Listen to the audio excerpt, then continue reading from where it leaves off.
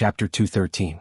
Tang Zheng could not help but have a new understanding of the Li Palace, and hurriedly asked, "Where is the Li Palace?" Since the Li Palace was the place that collected the most comprehensive information, then maybe they knew where the cultivators went, or where the conflict between the martial artists and the cultivators came from. Pose Mu Hongyan shook her head. Since it is a mysterious place, then of course the average person would not know where it is. If you want to know, then it is best to ask her directly. Mu Hongyan pointed at Li Xiaotian, who walked out. Tang Jing bitterly smiled, prying open Li Xiaotian's mouth was easier said than done. What are you saying about me?" Li Xiaotian frowned and asked. Tang Jing glanced at the bra in her hand and said, "We are saying that with your airport shape, do you still need to wear this thing?" Li Xiaotian was furious. "You are the airport shape." Tang Jing shrugged. "I am an airport shape. It is normal for a man to be an airport shape, but for a woman it is not normal." "How am I an airport shape? My chest is so big, wearing this is just right." Li Xiaotian argued. "Is it big? How come I don't see it? If you have the guts to take it off and prove it." Tang Jing provoked. Since Li Xiaotian was always like a ghost, then why not just make her angry and leave? Li Xiaotian fiercely glared at Tang Jing, then suddenly had an idea and said, "I already said that men are not good things. On the train you took advantage of me, and now you want to see my chest." When these words came out, the surrounding women all glared at him. This guy was too shameless. He had already taken advantage of her, and now he made such a vulgar request. The men wanted to beat their feet and beat their chests. How could this brat be so lucky? Not only did he have a beautiful girlfriend, but he could also casually take advantage of other beauties. Tang Zheng was greatly embarrassed. This woman really dared to say anything. Fang Shishir blushed and pulled Tang Zheng to the cashier to pay. Li Xiaotian immediately followed, put the bra on the cashier, and said without any trace of politeness, "Pay for me too." Tang Jing rolled his eyes. "Why should I pay for you? I said that I am penniless. If not you, who will pay?" Li Xiaotian retorted. "Who wants to pay? I will not pay. I have known you for less than a day, and haven't you harmed me enough? How can I pay you? No way." "Stingy? How can a man be so stingy?" "Who said that men can't be stingy?" Seeing the two of them arguing, many men said in their hearts, "I will pay for it to buy a bra for a beautiful woman. What a great blessing this is." Mu Hongyan came over with a smile, shook her head and said, "You two don't quarrel. You are my guests, of course I will pay. How can I let you pay when you come to Dianan?" Then she handed over a bank card to settle the bill. Then they went to buy other clothes and daily necessities. Tang Zheng and Li Xiaotian were still tit for tat, sparks flying everywhere. Finally it was not easy to return home and stop. As night fell, the small villa near the water was particularly quiet, and people's hearts could not help but settle down. Tang Jing lay in bed for a long time, guessing that the others should be asleep, and then he tiptoed out of bed, opened the door and walked to Fang Shishir's room. When he passed by Mu Hongyan's room, he couldn't help but stop because he heard a burst of stifled sobbing coming from her room. If it wasn't for his amazing hearing and coincidentally passing by the door, he wouldn't have heard the sobbing at all. His heart trembled. Could it be that something had happened to Mu Hongyan? Otherwise, why was she so sad? He didn't intend to meddle in other people's business, but thinking about her careful care today, he still couldn't bear it and decided to find out. Knock knock. He knocked on the door. The crying stopped abruptly. "Who is it?" "It's me." With a creak, the door opened. Mu Hongyan looked at Tang Zheng with red eyes and forced a smile. "What's the matter?" Tang Jing asked with concern. "Did something happen?"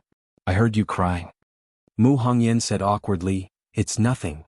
Tang Jing moved and asked, "Is it because of what happened to Long Tingyu during the day?" Mu Hongyan let out a long sigh and said faintly, "It's all in the past." Tang Jing couldn't help but be a little angry. Long Tingyu didn't hide his mouth and wantonly slandered others. "Don't be sad. It's not worth it to be sad over the words of such a person." "I know, Tang Jing. Thank you. You should rest early." Mu Hongyan's mood was still not high. Tang Zheng looked left and right, but there was no trace of Li Xiaotian. This woman had been following him like a tail, so he didn't have time to talk to Mu Hongyan alone. Why not take this opportunity to ask her about her husband? "I have something to talk to you about. Is it convenient?" Tang Jing asked. Mu Hongyan was startled for a moment, then nodded. "Then come in." The two of them entered the room and saw Mu Hongyan wearing a silk nightgown. The scenery inside was faintly discernible and extremely alluring. Tang Zheng immediately abandoned all distracting thoughts, but his gaze was involuntarily attracted by a piece of writing. "Under the heavens." These two words were exactly the same as the two words he saw in Mu Hongyan's room when he was in ordinary balance. Moreover, they were also hung on the bed. Lying on the bed, he could see it at a glance. That kind of magnificent aura still hit him in the face. Mu Hongyan followed his gaze and said, "When I came back from ordinary balance, I also brought it back." Tang Jing nodded and went straight to the point. "Actually, this time I came to Dianan. In addition to sightseeing, there is another matter." Mu Hongyan quietly listened and motioned for him to continue. "The culprit who hurt Nana that year has been found by me," Tang Jing said in an earth-shattering manner. This sentence caused Mu Hongyan's expression to change greatly. She couldn't help but stand up and impatiently ask, "Where is the murderer?" Tang Jing lightly said, "I have already killed him." "Who is he?" "Daoist Tianji." Tang Jing told the truth. He stared straight at Mu Hongyan, wanting to see if there was any change in her hearing this name. Mu Hongyan was at a loss. It was obvious that she had never heard of this name before. Sure enough, she asked doubtfully, "Who is this person? Why did he want to harm Nana?" Tang Jing did not directly answer. Instead, he asked, "I'll take the liberty to ask a question. How much do you know about your husband?"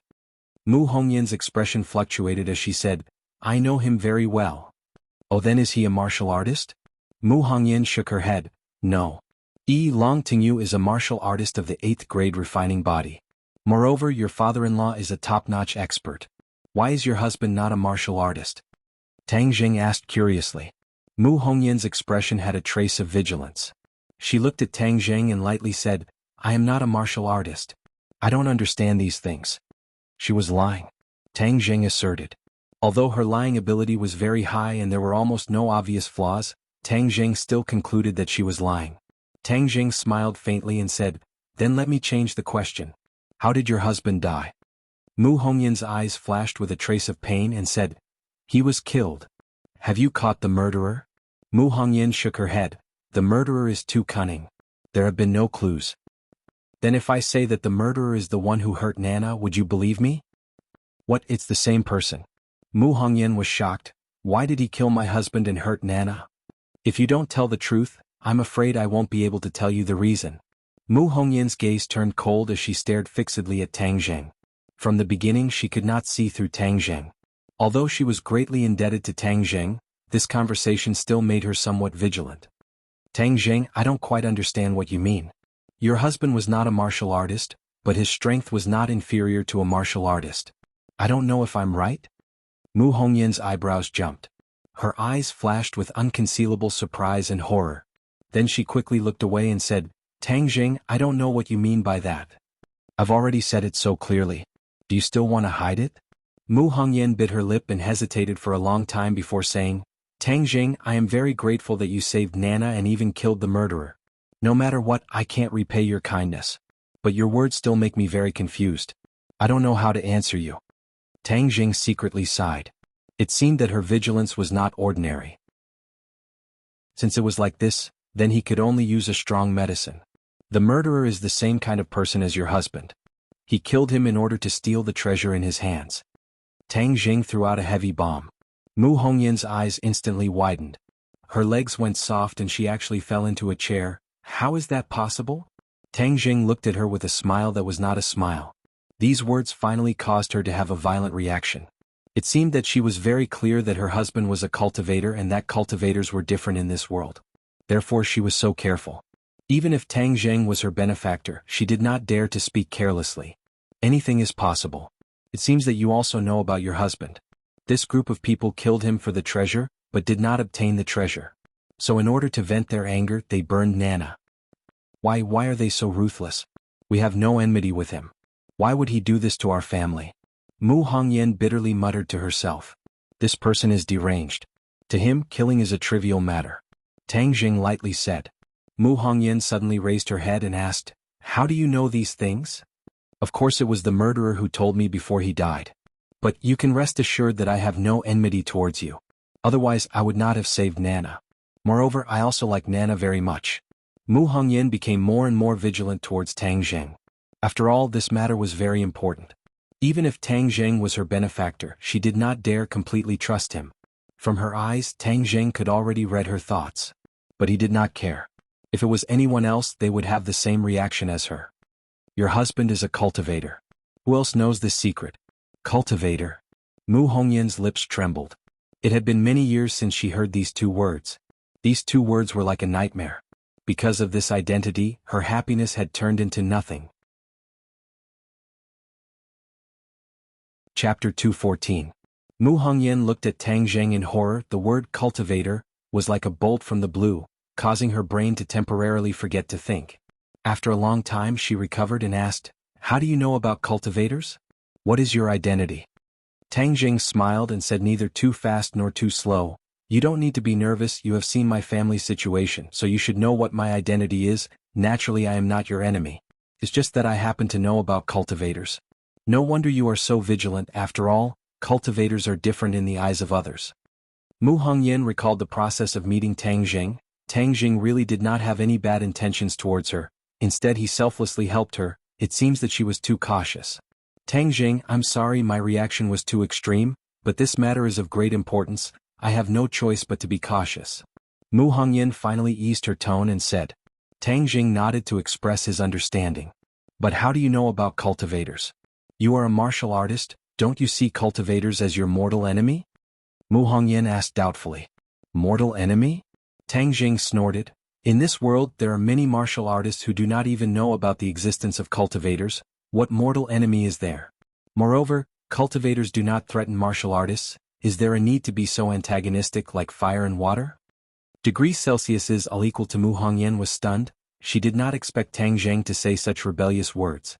"As for how I know about cultivators? If I tell you the truth, can you promise me that you will not reveal it to others?" Tang Zheng's face became serious.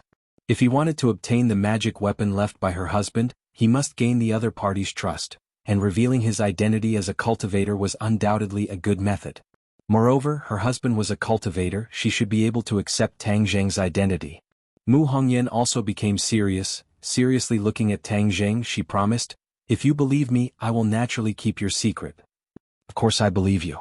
The corners of Tang Zheng's mouth curled up. "Actually, I'm the same as your husband. I'm also a cultivator."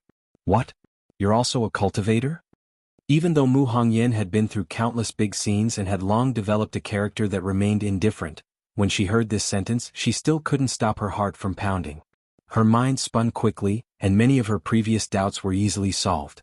No wonder Tang Zheng was so unfathomable at such a young age. He was actually a cultivator.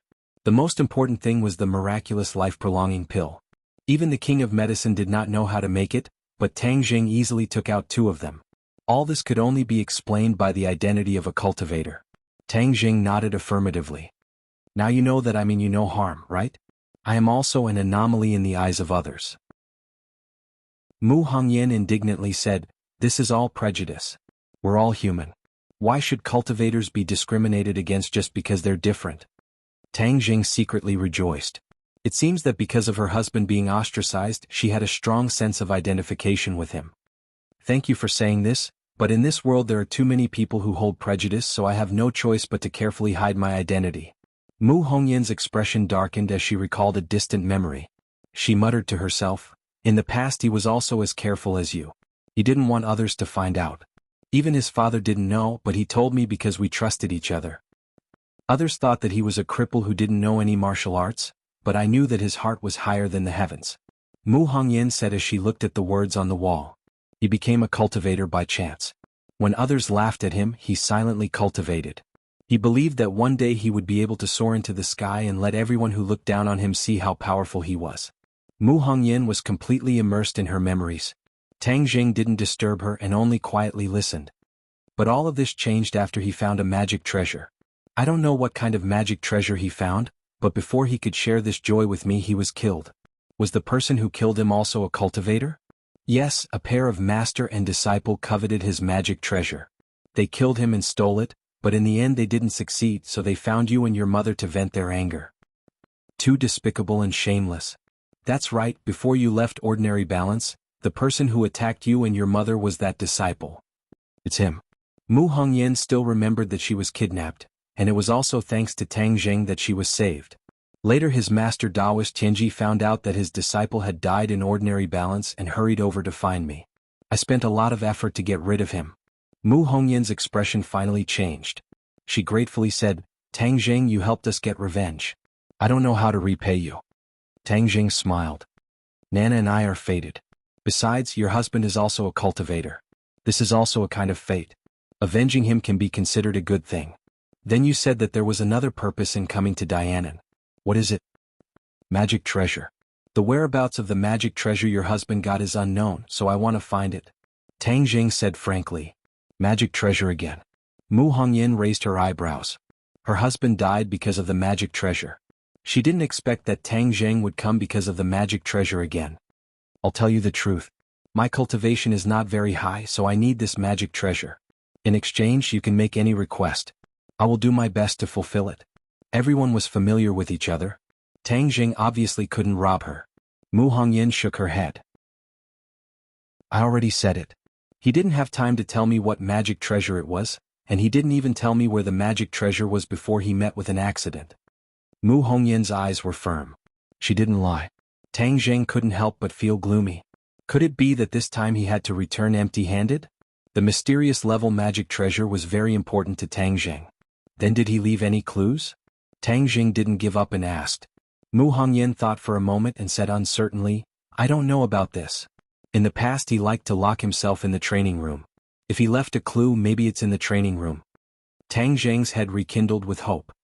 He said, then can you take me to the training room to take a look? Mu Hongyan didn't rush to answer. Instead she said, Tang Jing, you saved me and Nana many times. If you find this magic treasure, it wouldn't be too much to give it to you. But I still have a presumptuous request. Tang Jing didn't want to reap without sowing, so he didn't feel disgusted. He said, please speak. Nana is still young. I want her to inherit her father's will and become a cultivator in the future. Mu Hongyan said firmly. Tang Jing was shocked when he heard this. Cultivators are different in other people's eyes. Their future path is destined to not be smooth. Why do you want her to walk this path? Her grandfather is a top expert. If she learns martial arts from him, she will definitely have great achievements in the future. Mu Hongyan didn't waver. She said, no, she is her father's daughter. Inheriting her father's will is her responsibility. So what if she is different? She can also shine. Tang Jing couldn't help but be infected by her tone. This woman wasn't a cultivator, but she had this kind of courage. It was really rare. I promise you. Whether or not I can find the magic treasure, I will let Nana become a cultivator. Moreover, when I healed Nana, she already had a trace of power in her body. In the future, her cultivation will be twice the result with half the effort. This was a blessing in disguise for Nana. Although she had suffered for so many years, ever since Tang Jing broke the curse technique, she had a trace of power in her body. Maybe it was predestined. The little girl's path had already been arranged. She was destined to become a cultivator just like her father. Mu Hongyan's expression became excited. Thank you, Tang Jing. Let's go to the training room. Walking out of the room, he found that there was another person in the corridor, Li Xiaotian. Li Xiaotian turned his head and saw that Tang Jing and Mu Hongyan had actually walked out of the room together. Furthermore, both of them were wearing pajamas. He couldn't help but be dumbstruck. He was even more surprised than if he had seen a ghost. You. She pointed at the two of them. You're actually together. In the middle of the night, a single man and a single woman were in the same room. It was too confusing. Could it be that what Long Tingyu said was true, that the two of them really had an affair? Tang Jing was too much of a beast, he didn't even let the young woman go. But that's right. This young woman is too tempting. Ordinary men would find it hard to resist her charm. Mu Hongyan saw that he had been misunderstood and was extremely embarrassed. Just as he was about to explain, he saw Li Xiaotian quickly return to his room. However, he didn't forget to glare at Tang Jing and open his mouth. Tang Jing recognized that she had scolded him with the word beast. Tang Jing smiled bitterly. This woman was really meddling in other people's business. I didn't do anything, so what right do you have to scold me? Scold me for being a beast. Be careful that I don't do anything to you someday. Mu Hongyan said awkwardly, she must have misunderstood. I'll explain it to her tomorrow. Tang Jing said indifferently, there's no need to pay attention to her. The more you explain, the more she feels that we are guilty. In any case, this has nothing to do with her. She can't care about it. Mu Hongyan chuckled. You have a lot of conflict with her. Tang Jing took the opportunity to explain what had happened on the train. Tell me, is there a need for me to give her a good face when she casually framing a good person? The people of Li Palace have always been proud and arrogant. This is their style of doing things. Mu Hongyan explained. Tang Jing shook his head. I don't care what style they are. She better not provoke me. Otherwise, I don't care if she is Li Palace's martial sect. I will take care of her. Li Xiaotian and Tang Jing were about the same age. Tang Jing had seen her fight before. Although he couldn't see what cultivation level she was at, he was confident that even if the two of them fell out, he would still have a way to protect himself. Therefore he wasn't afraid of her. Mu Hongyan had a whole new level of respect for him. Who knows how many people in this world are afraid of Li Palace, but you are not afraid at all. You really are young and promising. As they spoke, the two of them had already arrived at the training room. This training room was in the basement. Above them was a large piece of transparent glass. On top of it there was a ripple of light. The basement was actually at the bottom of the lake. It must have taken a lot of effort to build it. Tang Jing suddenly realized that cultivating at the bottom of the lake could not only hide his identity, but he could also continuously absorb spiritual energy from the lake. It was killing two birds with one stone. Chapter 215. The practice room was not big and the light shone on the transparent glass, making the water ripple, giving off a mysterious and tranquil beauty. Sogu 360, So. Tang Jing began to search, but the room did not have any cabinets or other places to store things. It was simply empty. Seeing that he had already searched twice but still found nothing, Mu Hongyan said, Ever since my husband passed away I have rarely come to this room, but I have not touched a single brick or piece of wood in here. Tang Jing stopped and lowered his head in contemplation. Magic treasures were very important things, so of course they would not be placed in an open place. He suspected that the heavenly secret Taoist had also secretly infiltrated this home and searched everywhere, so naturally he would not have let go of this practice room. But the other side was like him, not finding anything, which meant that magic treasures were not easy to find. Could it be that the magic treasures are in other places? Tang Jing was puzzled and asked, Does he have other places that he often stays in? Mu Hongyan shook her head. He spends most of his time cultivating in the practice room.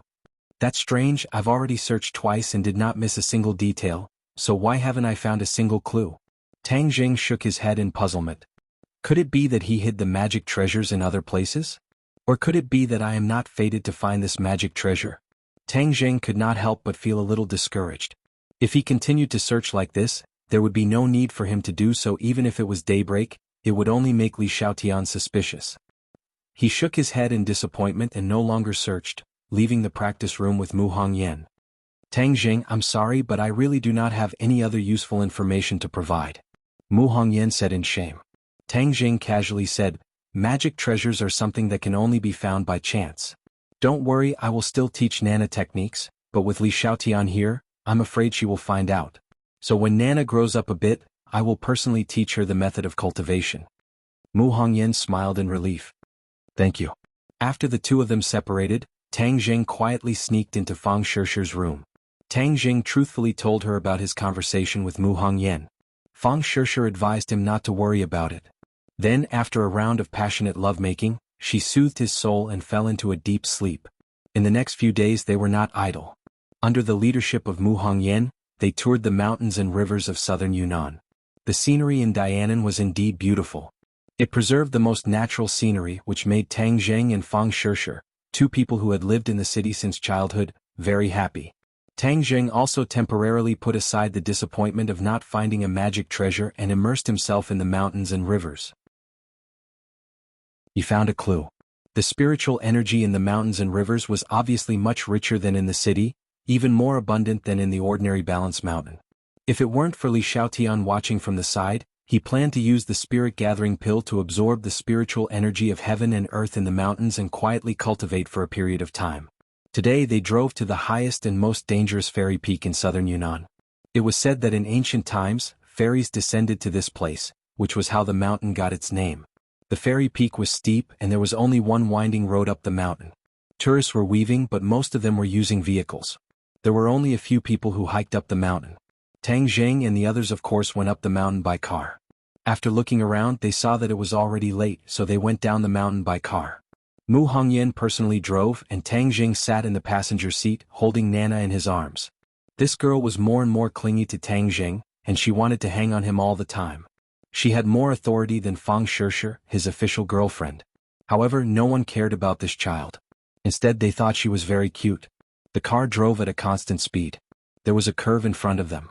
Suddenly there was a violent crash. Then everyone in the car felt like they were about to fly.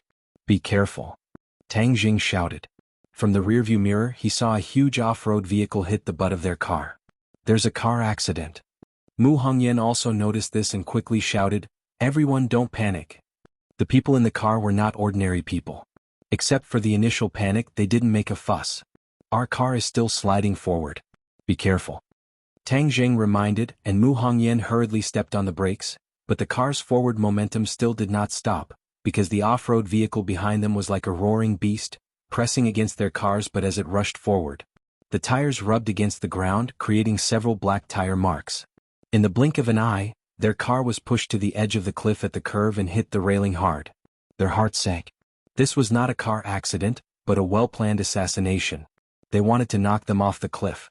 Tang Jing was shocked and shouted, "Shirshir, quickly open the door and jump out." Fang Shirshir's reaction was very fast, but Li Xiaoyan's reaction was faster than hers. He had already unbuckled his seat belt, kicked open the deformed door and rushed out like a leopard. Bang bang. 2 muffled gunshots sounded and the others were shocked. The assassin actually used a gun. This determination was too great. "Shirshir, be careful of the gun," Tang Jing reminded her.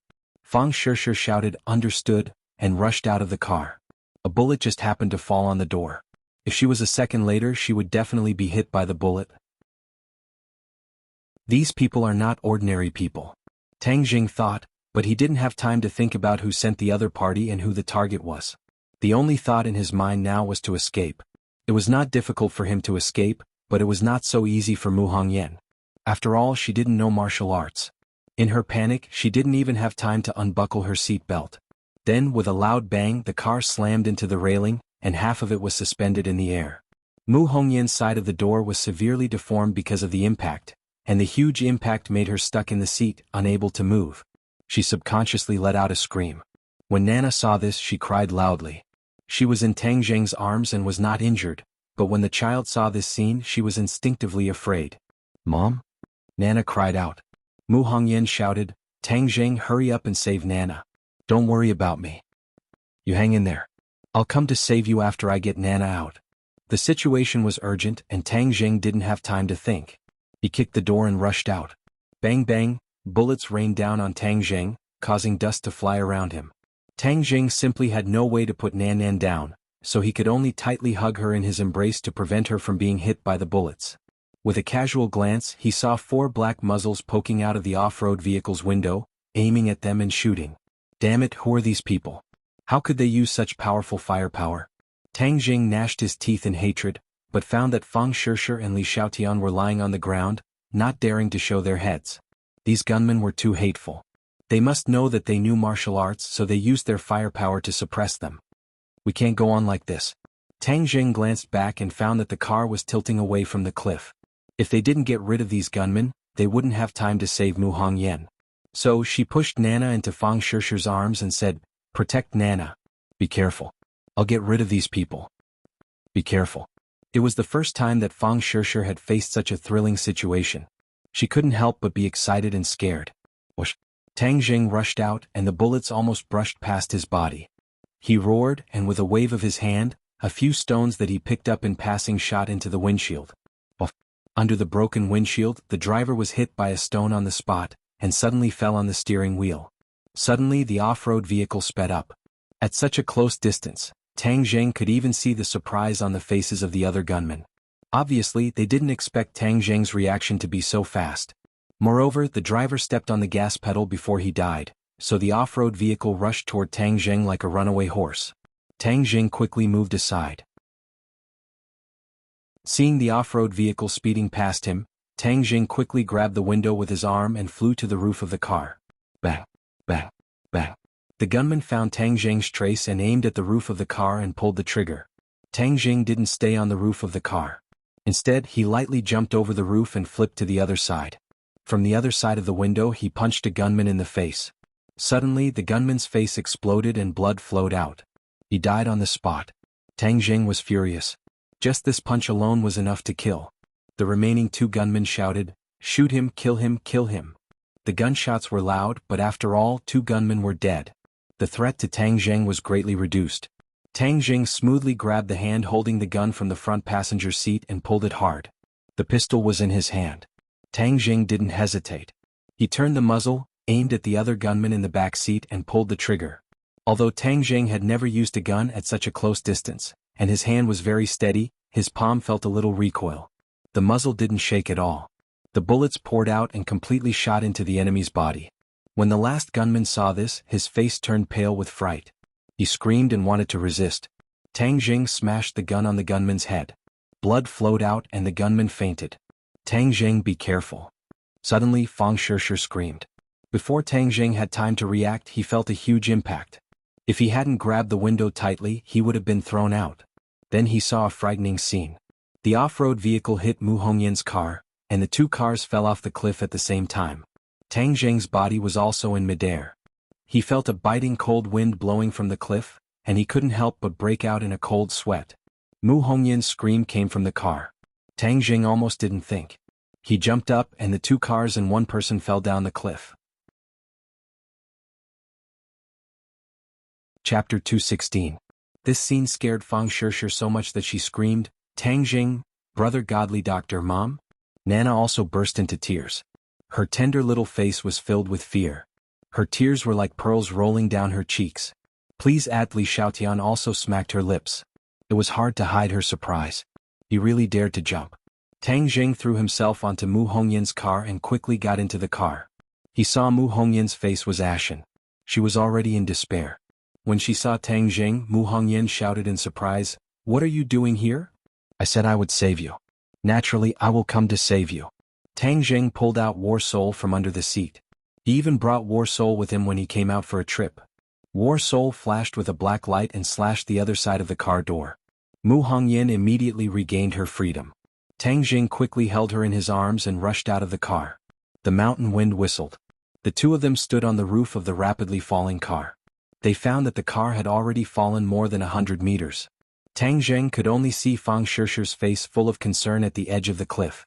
He also heard the heart-wrenching cries. Tang Jing's heart thumped as he thought to himself that the situation was not good. He had overestimated himself. Even though he did all of this in a short amount of time, under the influence of gravity, the speed of the car's descent was even faster than the speed at which he saved people. The distance of falling more than 100 meters was almost instantaneous. Now Tang Jing had no way to rush to the top of the mountain. He was unwilling to give up. With a tap of his foot, he heavily stepped on the roof of the car. The two of them quickly rose into the air. However, they were still unable to rush to the top of the cliff that was more than 100 meters high. Then the two of them quickly fell down like cannonballs. The mountain wind whistled in their ears. Tang Jing held the sword in one hand and Mu Hongyan in the other. His expression gradually changed. This was a cliff that was thousands of meters high. If he fell down, he would definitely be smashed to pieces. Not even his ashes would be left. Mu Hongyan felt her entire body turn cold. Was she going to die just like that? He would never be able to see Nana again. He would not be able to accompany her as she grew up. "Nana!" She shouted loudly, but her voice was drowned out by the whistling mountain wind. Indescribable sorrow and despair welled up in her heart, but when she saw Tang Jing holding her, she felt even more guilty. He actually risked his life to save her. "Tang Jing, you shouldn't have saved me. Now you're going to fall off the cliff with me." The mountain wind howled and she finally managed to finish her sentence. Tang Jing forced a smile. "I promised to save you, so I naturally had to do it. But it seems that I didn't do it in the end. I can't save you." "I'm sorry, Tang Jing." Mu Hongyan's face revealed a look of despair. Tang Jing could no longer see Fang Shishir's face above his head. He only felt that he was falling faster and faster. He turned his face with difficulty and found that the ground was getting closer and closer. It was pitch black. Boom. The two cars hit the ground first, splashing up pitch black soil. He used all his strength to hold onto Mu Hongyan. He used the ancient clear heaven scroll and mobilized all his true chi to cover his whole body. He hoped that his body could offset the impact of the fall. With a muffled sound, Tang Jing felt a huge pain spread throughout his body. Then his vision turned black and he lost consciousness. At the top of the mountain, Fang Shishir's throat was almost hoarse from shouting. If she was not holding Nana in her arms, she would have jumped down without a care for her own safety. Li Xiaotian looked at all of this in disbelief. Tang Jing actually died like this. No matter how rich her imagination was, she would never have thought of this scene. She had always wanted to find out more about Tang Jing, but now everything was meaningless. Fang Shishir, don't cry. It's useless crying. Li Xiaotian persuaded. Go away, you bad woman. Fang Shishir angrily roared. Nana had long been sobbing. Mom, brother, godly doctor, where did you go? Nana wants to see you, sob, sob, sob. Li Xiaotian stood to the side resentfully. She looked at the bottomless cliff and did not say a word. This big movement had attracted everyone's attention. Many passing tourists stopped to watch. All the cars stopped and traffic was congested. However, no one dared to step forward. This was not an ordinary traffic accident, but an assassination. Ordinary people did not dare to act rashly and could only watch from afar. Not long after, the police station in the scenic area came. They controlled the scene and evacuated the guests. The news of Mu Hongyan being attacked and falling off the cliff was immediately transmitted back. Mu Hongyan was a celebrity in Dianan. It could be said that she was a household name. After all, she was in charge of the Long family's huge business empire. Moreover, she was capable and beautiful. Of course, she could attract many people's attention and was the object of admiration. Not long after, a helicopter flew to the edge of the cliff and hovered above their heads. A person jumped down from a height of more than 10 meters and landed lightly on the ground, safe and sound. Many people sucked in a breath of cold air. An expert, this was a real expert. Everyone stared at this expert with wide eyes. It was a hale and hearty old man, Long Shenyuan. Long Shenyuan stood at the edge of the cliff with a gloomy face. He looked down and then retracted his gaze. Almost no one dared to breathe. The atmosphere was extremely oppressive and the scene was extremely quiet. Who did it? No one answered his question and no one knew the answer. The scene fell into a dead silence. Long Xuanyuan's anger seemed to be about to explode at any time. No one dared to approach him. He took a deep breath and suppressed his anger. He asked again, Hongyan and Tang Jing really fell off the cliff? Li Xiaotian finally spoke. He nodded and said, I saw it with my own eyes. Fang Shishir sobbed and said, Master Long, you must find them. You must save them. Nana, who had fainted because of sadness, woke up again. When she saw Long Shenyuan, she immediately threw herself into his arms and cried, Grandpa, Mom and brother godly doctor fell. You must save them. Nana wants them. A trace of pain and love flashed through Long Xuanyuan's eyes. He patted his granddaughter's shoulder and comforted her. Nana, don't worry. Grandpa will definitely find them. They will be fine. Yes, I believe they are still alive. Fang Shishir nodded firmly.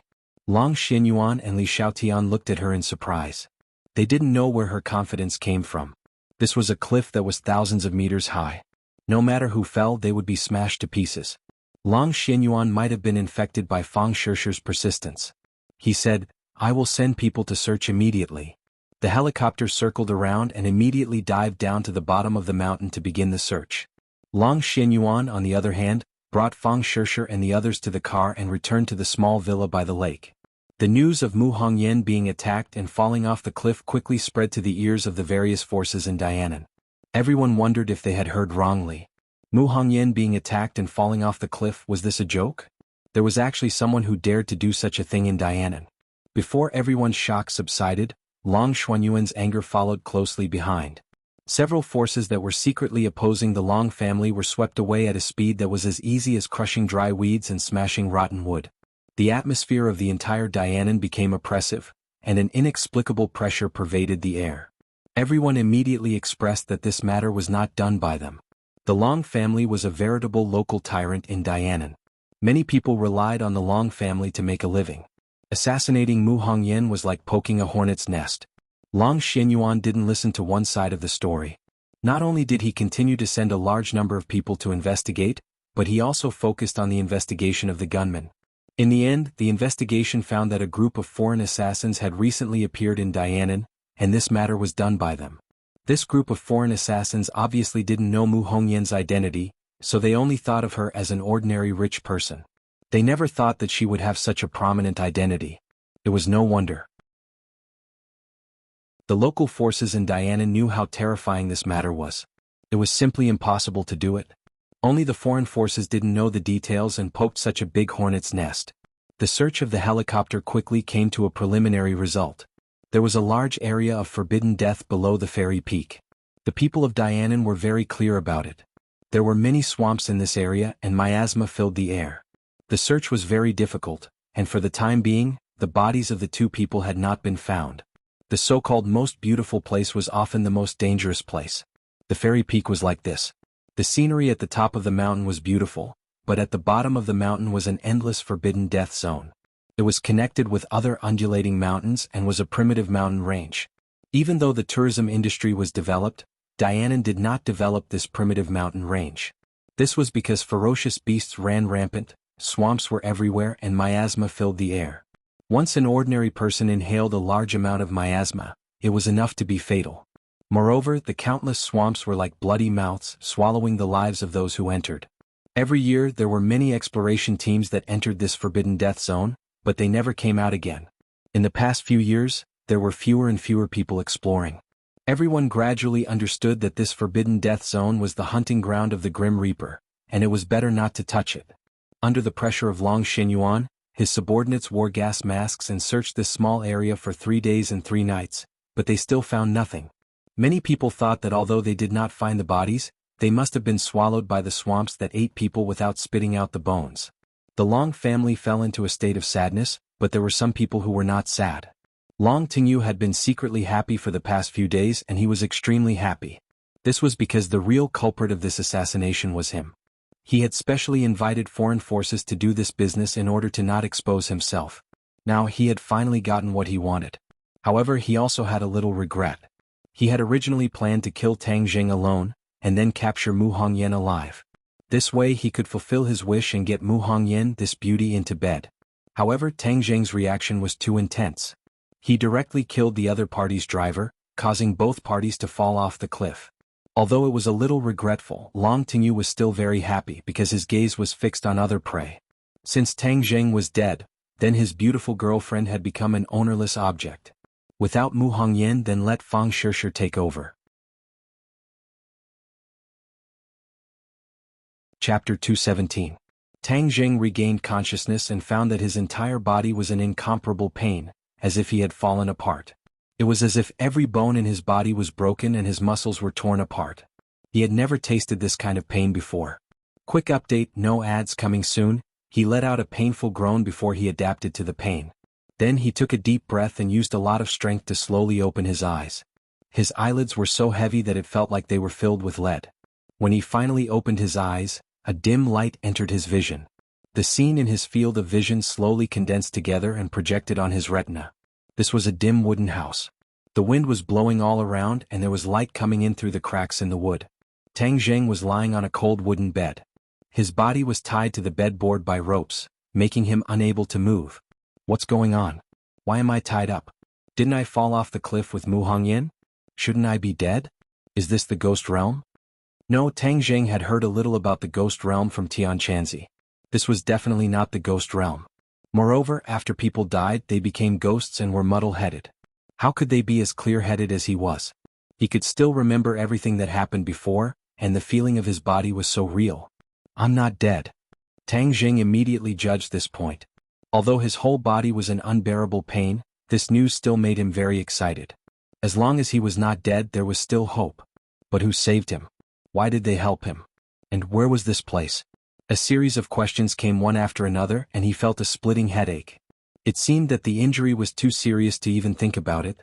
Let's check the condition of my body first. Tang Jing hurriedly operated. The true fire in his sea of consciousness was dim, and the purple flame was half of what it used to be. The true qi in his body was almost exhausted. Almost all the bones in his body had different degrees of damage. His arm and leg bones were broken and several of his ribs were broken. His muscles were also torn, and even his internal organs were shaken and displaced. If he had not used his true qi to protect the key parts of his body, he was afraid that the situation would be worse. He couldn't help but smile bitterly. His body's condition was unprecedentedly bad. Even if he wasn't tied up, he wouldn't be able to move. However, the most important thing now was to figure out where he was and whether the person who had saved him was an enemy or a friend. And what about Mu Hongyan? Is anyone there? He called weakly. Crick. The door was pushed open and a young man with a gloomy face walked in. His eyes were like an eagle's, bright and spirited. Thank you for saving me. May I ask where this place is? Tang Jing finally let out a sigh of relief and asked impatiently. The young man didn't say a word, looking down at him like a tiger eyeing its prey. Tang Zheng's head thumped. This look is not good. I didn't do anything bad. Is there a need to be so hostile? Hello? Tang Zheng tried to say hello again. The young man didn't move, making Tang Zheng wonder if he was a mute. Their eyes met, and after a moment the young man coldly asked, "Who are you?" Tang Zheng let out a sigh of relief. Since the young man spoke, then there was a way to communicate, so he quickly said, "I am an ordinary person. I fell from the top of a cliff and woke up here. Was it you who saved me? Thank you. Also, I have a companion. I don't know how she is." The young man didn't answer. Tang Zheng secretly felt bad. Could it be that Mu Hongyan died? Then Nana would become a real orphan. She didn't die. The young man suddenly said. Tang Zheng almost rolled his eyes. Can you not speak so slowly? You almost scared me to death. You are a liar, not a good person. The young man decisively said. Tang Zheng was stunned. How did I become a liar? You don't even know me. You are lying. You are not an ordinary person. The young man said. Not an ordinary person. Tang Zheng's head trembled and his face became serious. Could it be that the other party discovered something? He didn't have time to think about this problem when a burst of footsteps sounded, getting closer and closer. He saw an old man surrounded by a group of people walk in. This old man had a head full of snow-white hair and a long beard. His face was full of wrinkles and his face was somewhat pale, but his eyes were full of wisdom, as if they could see through people's hearts. The old man sat down in front of the bed and stared at Tang Zheng without blinking. He asked in an amiable manner, "This little brother, you fell off the cliff and were saved by my clansmen when they were hunting. Now you are safe." Tang Zheng said that he was afraid it might not be safe, but after all, it was the other party who saved him. He hurriedly said, "Thank you for saving my life. I have a few questions to ask, little brother." The old man politely said. Tang Zheng was a fish on the chopping block, so he naturally couldn't refuse. He softly said, "Please ask. Is this your sword?" The old man took out a sword from behind him and asked. Tang Zheng's eyes narrowed. This was his war soul sword. He didn't expect it to fall into the hands of the other party, but he was relieved. At least the war soul sword was not lost, otherwise he would have suffered a great loss. Seeing the other party ask about the war soul sword so seriously, Tang Zheng hesitated. Should he admit that this was his sword or not? The elder asked you a question. Why are you hesitating? You must be thinking of how to lie. Elder, this person is definitely not a good person. You must not believe his words. The young man from before said with hostility. The elder turned a deaf ear and still looked at Tang Zheng without batting an eyelid, waiting for his answer. Even the people behind him held their breaths and looked at Tang Zheng at the same time. Being looked at by so many complicated eyes, Tang Zheng felt an indescribable pressure. He didn't know the consequences of admitting or not, and he couldn't figure out the other party's background. In the end, he hesitated for a long time and decided to tell the truth. This is my sword. The elder's eyebrows showed a trace of undetectable excitement, but it was caught by Tang Zheng. He knew that he had made the right bet. Then may I ask who little brother is? The elder asked again. The young man quickly said, Elder, I have already asked him this question. He did not tell the truth and said that he was an ordinary person. The elder waved his hand, indicating that the other party should not speak. He then looked at Tang Zheng, waiting for his answer. Tang Zheng was puzzled. How should he answer this question? What was the other party's intention? I am just an ordinary person who accidentally fell off the cliff with a friend. A light flashed in the elder's eyes as he said, If little brother is just an ordinary person, then I am powerless. Your injuries will cripple you for the rest of your life and you will lie in bed for the rest of your life. Then you can only stay here until you die of old age. Tang Zheng knew that his injuries were very serious, but according to his words, he had still underestimated the severity of his injuries. More importantly, the other party seemed to be preparing to leave him behind and lie in bed for the rest of his life. Tang Zheng did not dare to imagine what kind of life that would be. Moreover, he still had to take care of his grandfather, stay with Fang Shirshi, and ordinarily balance his huge career. All of this made it impossible for him to stay out of it and be a cripple here. However, he still could not figure out what the other party wanted to hear. Could it be that the other party had discovered some clues from the War Soul Sword? Logically speaking, in the eyes of ordinary people, the War Soul Sword was only a little sharper and could be considered a treasure sword. Unless one could tell that the War Soul Sword was a magic treasure, it would not be able to attract such attention. I want to see my friend first. In the end, Tang Zheng did not reveal his identity as a cultivator. This identity was too important. If the other party was an enemy, then he could forget about living. Therefore, he was prepared to delay for a period of time and observe the situation here first. The elder smiled. Sure, I'm not in a hurry to know the answer. It won't be too late for you to tell me when you've thought it through. However, you can't drag this on for too long, otherwise you'll end up with a chronic illness for the rest of your life. After pausing for a moment, he turned to the young man and said, Yuan, take him to see his friend later. Yes, elder. Yuan respectfully accepted the order. The elder brought the war soul sword and the others out of the small wooden house. Only Tang Zheng and Yuan were left in the room. Yuan obviously did not have a good expression on his face towards Tang Zheng. With a gloomy face he said, No matter how glib your tongue is, I will not believe you. You better not have any bad ideas, otherwise I will mercilessly break your head. Tang Zheng smiled bitterly. I'm about to become a cripple, what bad ideas can I have? Yuan coldly snorted as if he agreed with his words. Please untie the rope and help me to see my friend. Tang Zheng said. Why do you want to untie the rope? Let me tell you, if you don't tell the truth, don't even think about getting me to untie the rope. Then how am I supposed to meet my friend? You can't just tie me to the bed and carry me there. Tang Zheng said doubtfully. You want to lift your small body? You're simply insulting me. Yuan was indignant. Then he grabbed the wooden bed with one hand and gently lifted it up. Even though Tang Zheng's nerves were thick, he couldn't help but feel his eyelids twitch when he saw this scene. If he didn't circulate his energy, he wouldn't be able to lift such a heavy thing with one hand with just his physical strength. However, if he circulated his energy, his strength would increase explosively, so it was possible for him to do so. However, the key point was that this Yuan didn't feel any true qi or inner strength fluctuations from his body. This was very terrifying. Tang Zheng couldn't help but mutter to himself. Just who was the other party? And that elder, although he didn't look much different from an ordinary old man, to be able to make this Yuan be so respectful, he couldn't be an ordinary person. In short, the identities of this group of people were extremely mysterious, and now that he had become their captive, it was hard to predict his fate. Looking at the surprise in Tang Zheng's eyes, a trace of pride flashed across Yuan's eyes. He said, I am the most powerful person in the younger generation of our clan. If you dare to act rashly, I will kill you easier than killing an ant. As he spoke, Yuan walked out of the wooden house with the wooden bed. It was noon and the sun was high in the sky. Tang Zheng subconsciously closed his eyes. After adapting to the sunlight, he slowly opened his eyes again and couldn't help but be dumbstruck.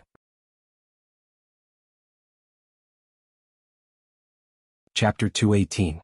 A huge circular plaza appeared in front of Tang Zheng. This plaza was the size of 2 football fields. The ground of the plaza was extremely flat, and the ground was carved with complicated patterns.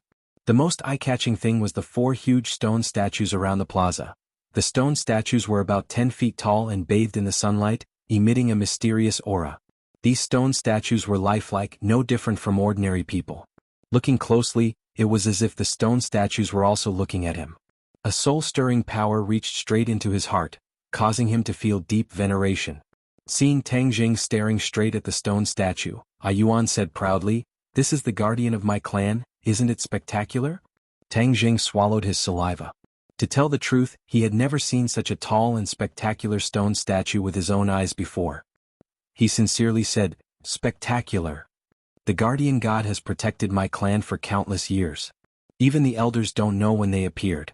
Yuan sighed. What clan are you from?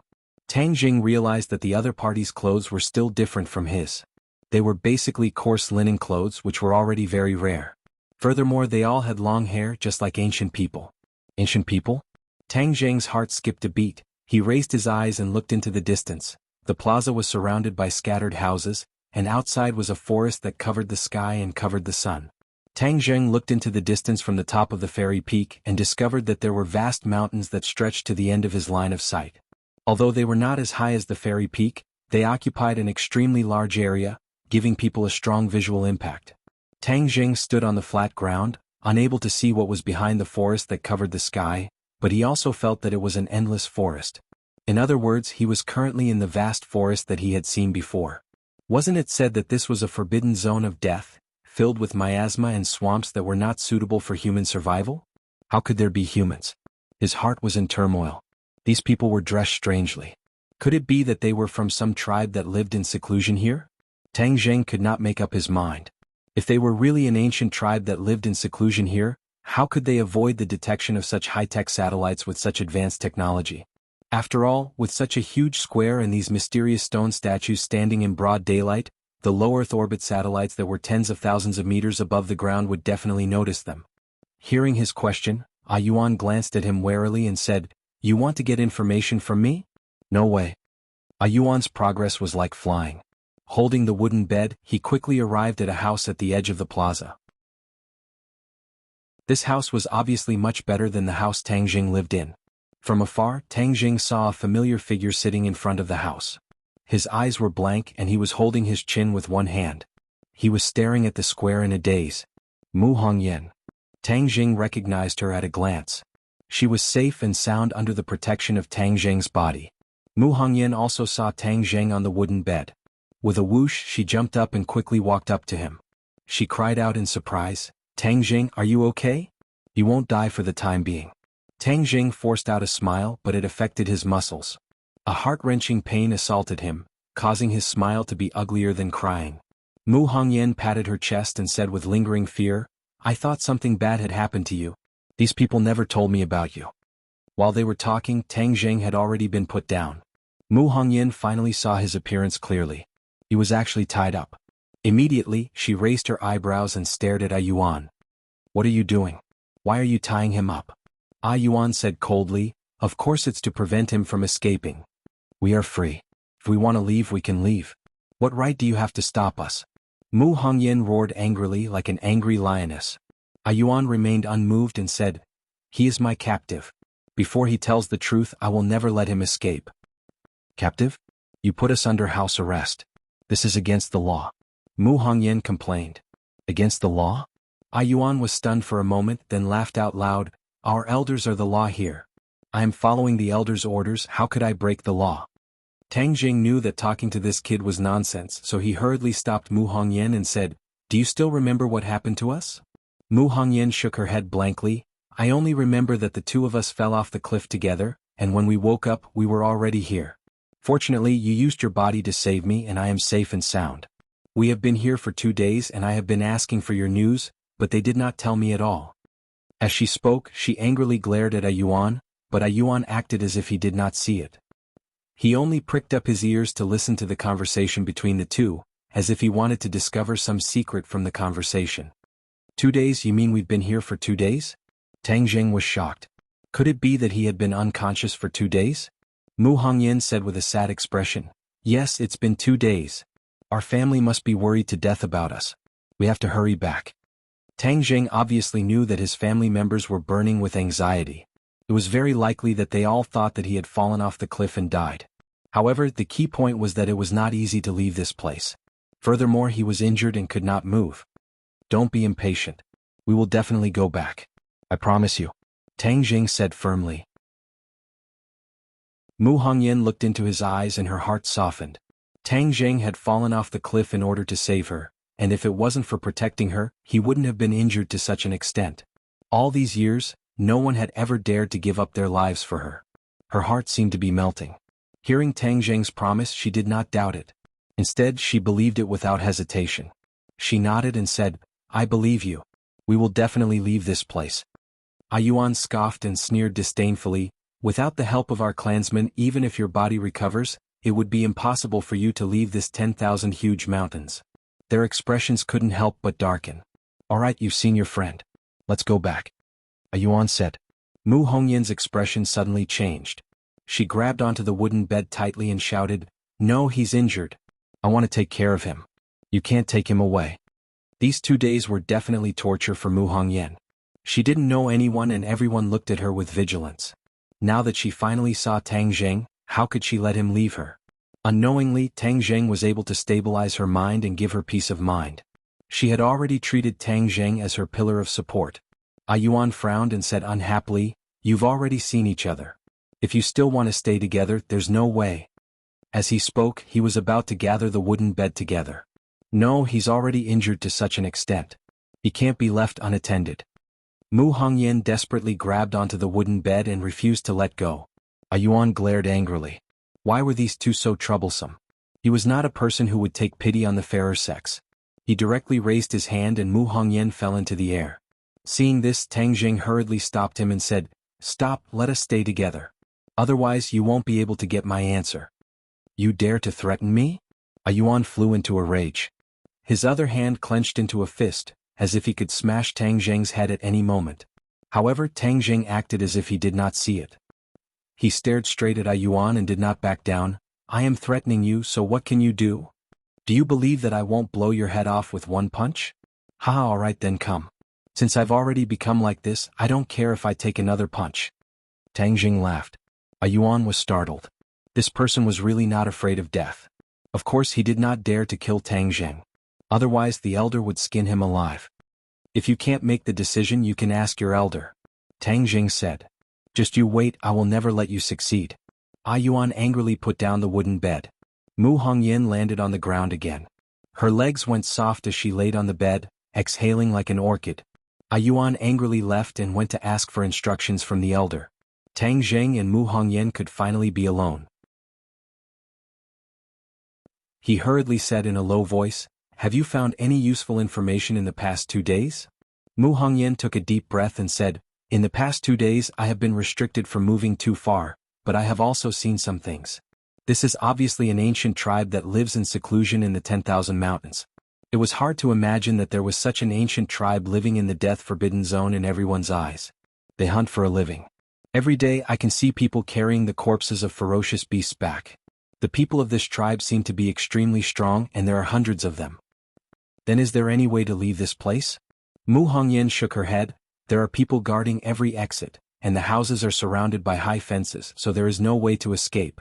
Just like what that person said earlier, this is the depths of the 10,000 mountains, and other than them, it would be very difficult for outsiders to leave." As she spoke, her expression couldn't help but darken. She originally thought that she would die without a doubt, but she didn't expect to be saved. However, just as she escaped from the gates of hell, she entered the tiger's den and fell into the hands of this mysterious tribe who she didn't know if they were enemies or friends. "Tang Jing, let me see if your injuries are serious." "Are they serious?" Mu Hongyan asked worriedly.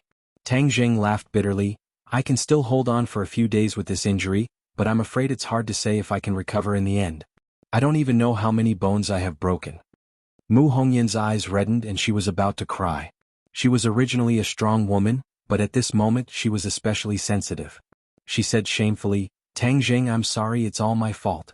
If you didn't save me, you wouldn't have become like this." Tang Jing squeezed out a smile and said, "Don't say this, let's think about how to leave this place." Mu Hongyan wiped the corner of her eyes and said, "First of all, we should think of a way to cure your injuries." Tang Jing secretly sighed. He didn't even have the most basic medicine, so treating his injuries was easier said than done. However, if he didn't treat his injuries, they wouldn't be able to leave. Dong dong dong. A burst of hurried footsteps could be heard. A Yuan returned with an unfriendly expression.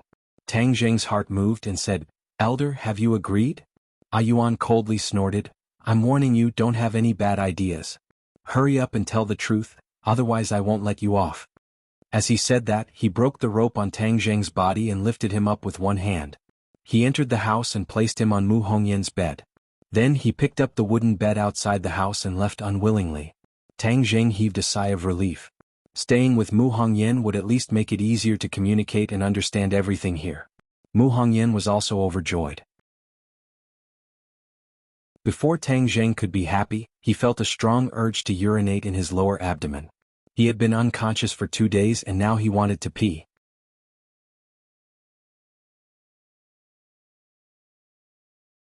Chapter 219. Tang Jing's cheeks were flushed red and he found it hard to speak. Mu Hongyan noticed that he was acting strangely and quickly bent down. Her shirt collar revealed a large area of snow white, and the buttons were almost bursting out of it. "Tang Jing, what's wrong? Are you not feeling well?" Tang Jing couldn't move and he couldn't solve the problem by himself. Could it be that a living person was going to be suffocated to death by urine? He didn't want to die so sullenly, so he stammered, "I want to go to the toilet." Mu Hongyan finally understood why his face was so red. She couldn't help but feel a little shy and sad. If it wasn't to save her, how could he not even be able to do such a small thing? So, she didn't hesitate to ask, "The big one or the small one?" "The small one." Tang Jing's voice was like a mosquito. Wasn't his skin very thick? How could he be so shy at this time? "You can't move. Wait for me." Mu Hongyan quickly ran out, leaving Tang Jing sighing. He had to find a way to get better, otherwise he would be crippled for the rest of his life. If he couldn't even take care of himself, then it would be better to kill him. Mu Hongyan rushed in again, holding a chamber pot in her hand. "Don't move, I'll help you." Mu Hongyan took a deep breath and pretended to be calm as she calmly said. Although she was a married person, this was the first time she had done this kind of thing for someone. She couldn't help but feel a little flustered, but more than that, she felt shy. "Mu Hongyan, what kind of nonsense are you thinking? Tang Jing is your benefactor, and the reason he is enduring such pain is all to save you. Moreover, he is only a child in his teens, so how can you have such unbearable thoughts?" Mu Hongyan asked herself and gradually calmed her emotions. Seeing her unzip his pants, Tang Jing wished he could find a hole to hide in. He never thought that he would have a day like this. Suddenly he felt his little brother being grabbed. The soft touch made his mind ripple. Most importantly, this was King exciting. CK, this is torture. Tang Jing cried out in his heart. Mu Hongyan had already grabbed his little brother and aimed it at the mouth of the chamber pot. Mu Hongyan said, "It's done." Tang Jing quickly discarded all distracting thoughts. The urge to pee hit him and his whole body relaxed. The sound of water splashing could be heard. He wished he could finish peeing as soon as possible, but he had accumulated too much in the past 2 days. It was as if there was no end to it. The two of them tacitly remained silent, and the only sound left in the room was the sound of running water. Mu Hongyan concentrated on looking at the little thing. Although she tried her best to suppress the thoughts in her heart, her beautiful cheeks couldn't help but turn red all the way to her neck, making her incomparably beautiful. He's not a child anymore, he's already so big. She couldn't help but have this thought, which made her feel even more embarrassed. Phew. Tang Jing finally let out a sigh of relief as he finished peeing. He unconsciously looked at her and found that her cheeks were pink and her eyes were watery. Moreover, because she was slightly bent over, her chest was so full that it seemed like it was about to burst out. Tang Jing's head moved. He actually felt something, and his little brother immediately reacted.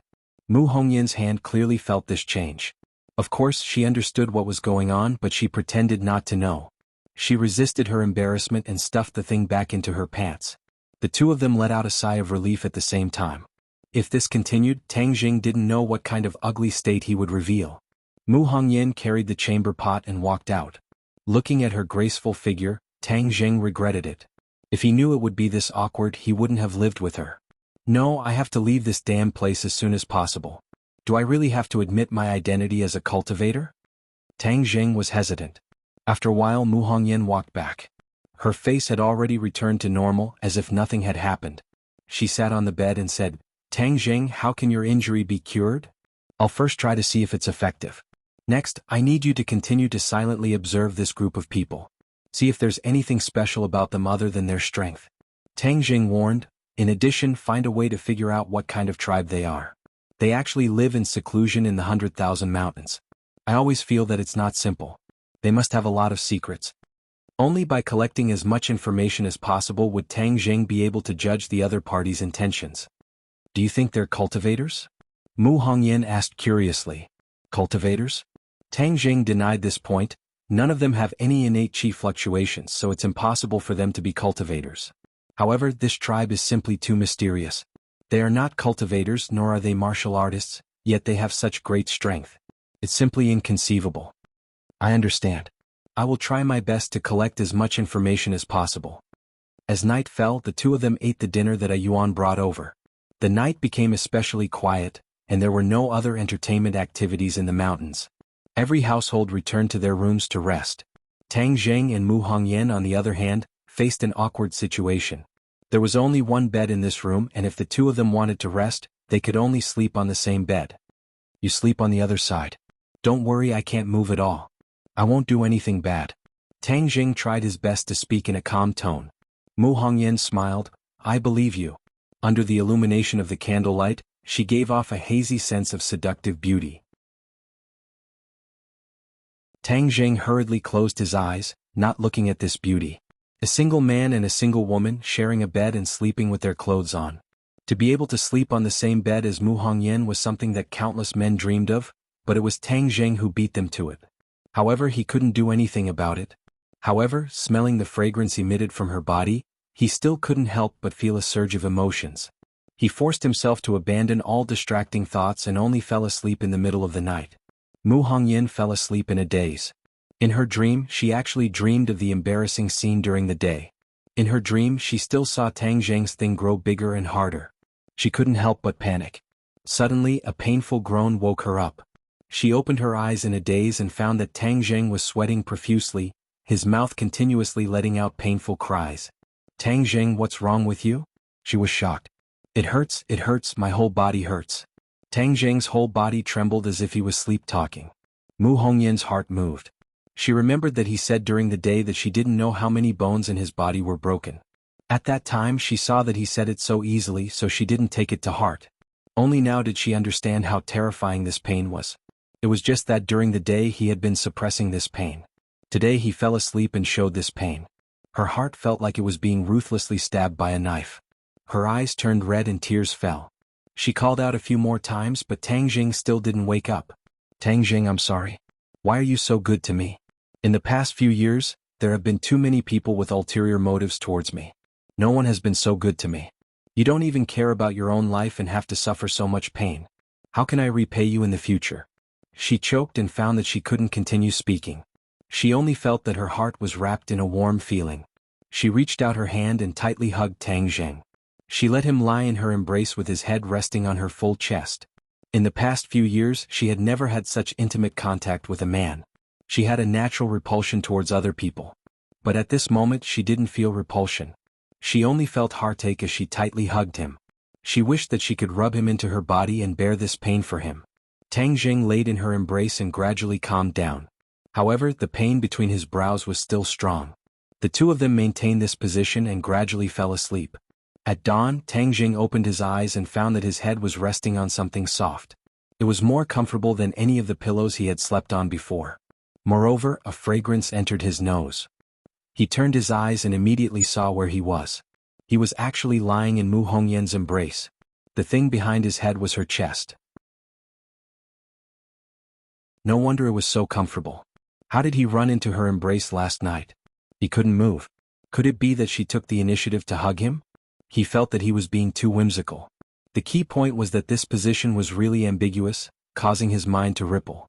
It was also early in the morning, and all the functions of his body were in a state of excitement. He couldn't help but have a reaction. His little brother was already a pillar that could support the sky. You're awake. At this moment, Mu Hongyan's voice sounded. Tang Zheng was lying in her embrace, so he couldn't see her expression at all. He didn't know if she saw his ugly state. He said awkwardly, I just woke up. Then get up. They should be bringing breakfast. Mu Hongyan hugged his body and moved to the bed. Tang Zheng finally saw her face clearly. Her face was slightly red and her eyes were red and swollen. It seemed that she had cried last night.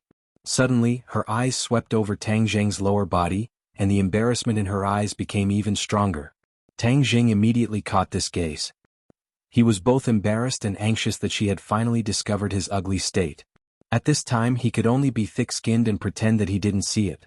Fortunately, at this time, Ah Yuan brought breakfast to break the awkwardness. After breakfast, Tang Zheng lay on the bed alone.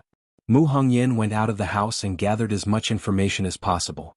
2 days passed like this. Every morning when Tang Zheng woke up, he would find himself lying in her embrace. He finally got used to this luck, but the pain in his body was getting more and more intense. Every night, the time he cried out in pain was getting longer and longer. Even when he was awake during the day, he couldn't bear the bone-deep pain. His entire body was trembling non-stop. Mu Hongyan finally had a breakthrough in the past 2 days. She found out that this tribe was called the Witch Tribe, a tribe that neither of them had ever heard of. Seeing that Tang Zheng's pain was getting more and more intense, Mu Hongyan advised, Tang Zheng, your injuries must be treated, otherwise the consequences will be unimaginable. How could Tang Zheng not understand this logic? But the current information still did not allow him to make the most correct judgment. However, if he did not treat it, he would really be crippled for life. In fact, for the past 2 days, he had been silently circulating the ancient Clear Heaven scroll, hoping to treat his injuries.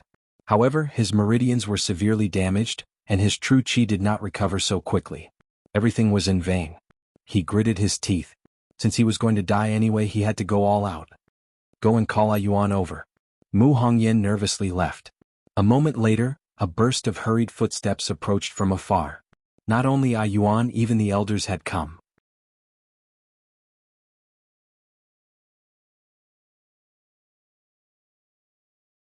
Chapter 220. Although the elder's expression was calm, there was still a trace of excitement in the depths of his eyes. Translation: Tang Zheng's face was slightly distorted from the pain and he said, "Don't you want to know the answer? I'll tell you. Please speak." The elder's excitement was finally revealed. Yuan also stared at Tang Zheng with wide eyes, as if he wanted to distinguish the truth of what he said. Mu Hongyan clenched her hands tightly together. The next sentence was related to the survival of the two of them. Tang Zheng's forehead was also covered in sweat. He did not know if it was because of nervousness or pain. He took a deep breath and said, "I am a cultivator." Plop. A muffled sound startled everyone. Tang Zheng's heart also jumped, but the scene in front of him left him dumbstruck. What was going on? Mu Hongyan was flabbergasted. The elder actually knelt in front of Tang Zheng and looked at Tang Zheng eagerly. 2 lines of old tears fell from the corners of his eyes. Yuan turned pale with fright. "Elder, what are you doing? Get up quickly, how can you kneel to him?" However, the elder was unmoved. His fervent eyes seemed to be able to burn people as he stared straight at Tang Zheng. "Lord Envoy, our witch clan has finally waited for you. Is not equal to EXO." After saying that, tears streamed down his face. He prostrated himself on the ground in front of Tang Zheng. Everyone was stunned. Witch clan's envoy, what was this thing? Tang Zheng and Mu Hongyan looked at each other. Even though the two of them had imagined countless possibilities, they definitely did not think of this. This was completely beyond their imagination. Witch clan's envoy, how could he be the Lord Envoy? Yuan found it hard to believe. It was difficult for him to connect the immobile guy on the bed with the legendary Lord Envoy. Yuan had heard many rumors about the Witch clan's envoy since he was young. He was a godlike existence, the most powerful person in the world, so powerful that no one could look up to him. Furthermore, it was said that the Lord Envoy would lead the Witch clan out of their predicament and restore their former glory. Yuan yearned for the glory of the Witch clan in the past. From the few words that had been passed down, he could understand that the Witch clan was a powerful clan. They were born with divine strength that could support the heavens. However, for some reason the shaman tribe had been exiled to the 100,000 mountains. In such a harsh environment, the shaman tribe had used the blood and lives of countless generations of shamans in exchange for the safety of the monks' residence. In addition, the shaman tribe was restricted by the 100,000 mountains. There was a restriction that prevented the shaman tribe from leaving the vast mountains. Even if the outside world changed rapidly, the shaman tribe could only hide in the mountains. It turned out that it wasn't that they didn't want to go out, but that they couldn't. The witch tribe's emissary was the hero who broke the prohibition and saved them from the abyss of suffering. When Yuan was young, there were records of magic treasures in his records. At that time, I did not dare to confirm that the magic treasure belonged to Lord Envoy, nor was I clear about Lord Envoy's identity as a cultivator. Later on, when I examined Darren's injuries, I discovered that Darren actually has 9 main meridians. This discovery made me both surprised and delighted. The legendary Lord Envoy had finally appeared. However, this matter is of great importance, so I did not make it public. Even after Lord Envoy woke up, I did not immediately explain this point because I did not dare to determine Lord Envoy's identity as a cultivator. Legend has it that only cultivators with 9 main meridians are the true Lord Envoy. Actually, last time, when Lord admitted that the magic treasure was your sword, I already knew that Lord Envoy was definitely a cultivator. However, to be on the safe side, I still had to get Lord Envoy's personal acknowledgement. Now, I have finally waited for this day. The heavens have eyes and bless my witch tribe. As he spoke, he almost knelt down again. Tang Zheng hurriedly stopped him, only then did he stop. You said that I am the witch tribe's emissary. What can I do to make you think so highly of me? Tang Zheng asked. I will not speculate on Lord Envoy's ability, but legend has it that Lord Envoy's divine technique has the power to destroy the heavens and the earth. Divine technique, could it be the ancient Clear Heaven Scroll? Tang Zheng was puzzled, but he had obtained the ancient Clear Heaven Scroll by chance. Our witch tribe has been trapped here for generations. Only Lord Envoy can bring us out of here. The elder looked at Tang Zheng expectantly.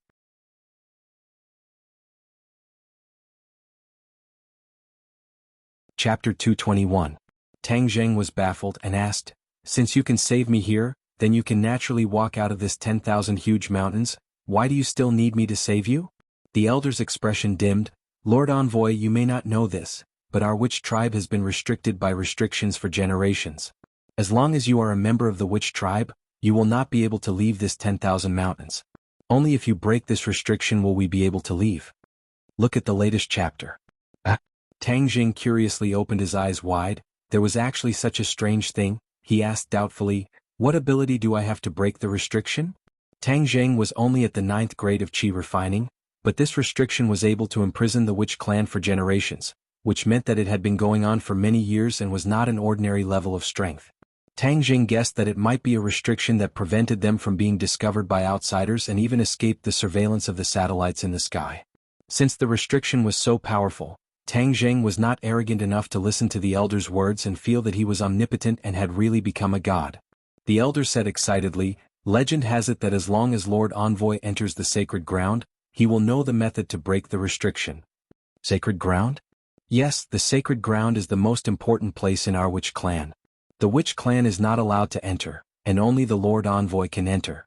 It is said that all the secrets to breaking the restriction are in the sacred ground. The elder explained. Tang Jing laughed bitterly. "Then look at me now, how can I enter the sacred ground?" The elder comforted him. "Lord Envoy, there is no need to worry. This little bit of pain will naturally not be able to defeat you. My witch clan has the black jade bone ointment, it can heal your injuries." Tang Jing was wild with joy and said, "All right, heal me first, we can talk about other things." Tang Jing could not stand this crippled state, and could not wait to recover to his lively state. The elder said respectfully, "Yes, I will follow the orders of the Lord Envoy." Then he walked out and Mu Hongyan and Ayuan walked in again. Ayuan looked at Tang Jing with a complicated expression, while Mu Hongyan was even more nervous and quietly asked, "What's going on?" Tang Jing laughed bitterly. "I don't know either, you heard it too, they believe that I am their Lord Envoy, I can bring them out of this place." Mu Hongyan really wanted to ask the elder what Tang Jing's characteristics were, but she swallowed her words back down. There was no doubt that Tang Jing's body was full of secrets. Even though the two of them were in the same boat, it was not convenient for her to ask about Tang Jing's secrets. "Then we're fine now?" Mu Hongyan asked nervously. Mu Hongyan was overjoyed. "As long as your injuries are healed, we will have a chance to leave this place." The two of them had long since grown wings in their hearts, and they wished that they could immediately fly back. "Lord Envoy, the black jade bone ointment has been brought over. As long as you apply the ointment to your entire body, your injuries will be healed in a day." The elder walked in with a black jar. "I can recover in a day?"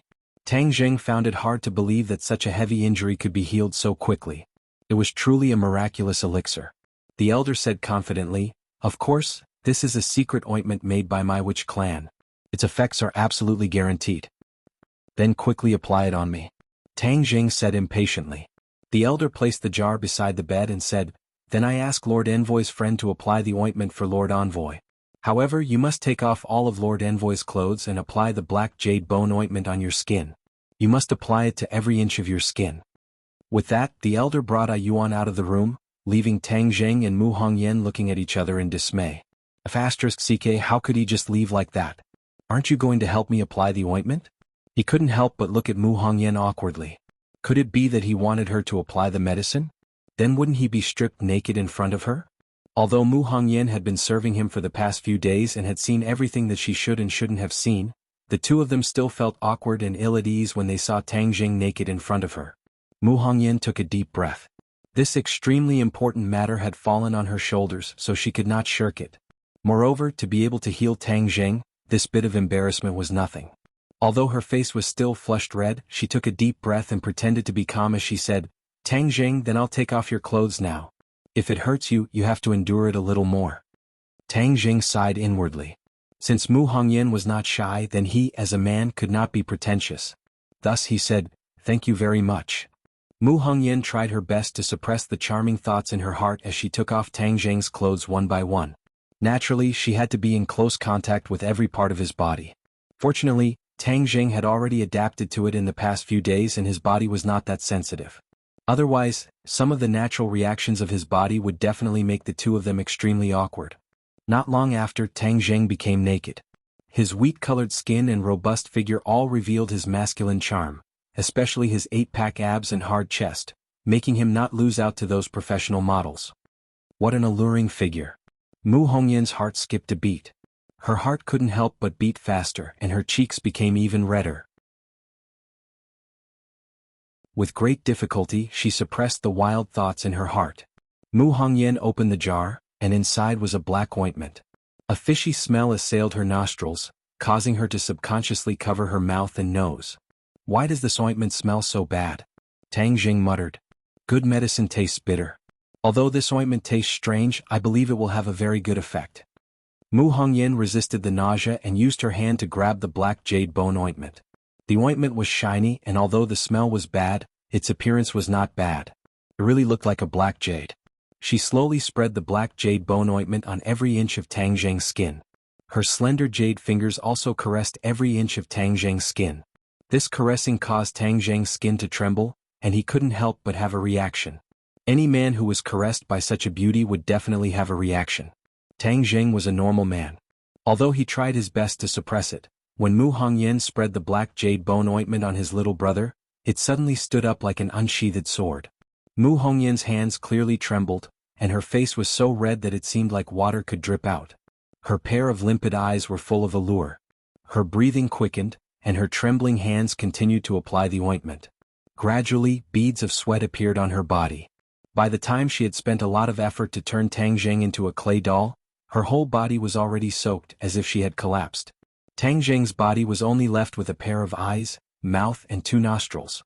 The rest of his body was covered by the black jade bone ointment. He opened his big eyes and stared at her tired and shy appearance. He was very grateful.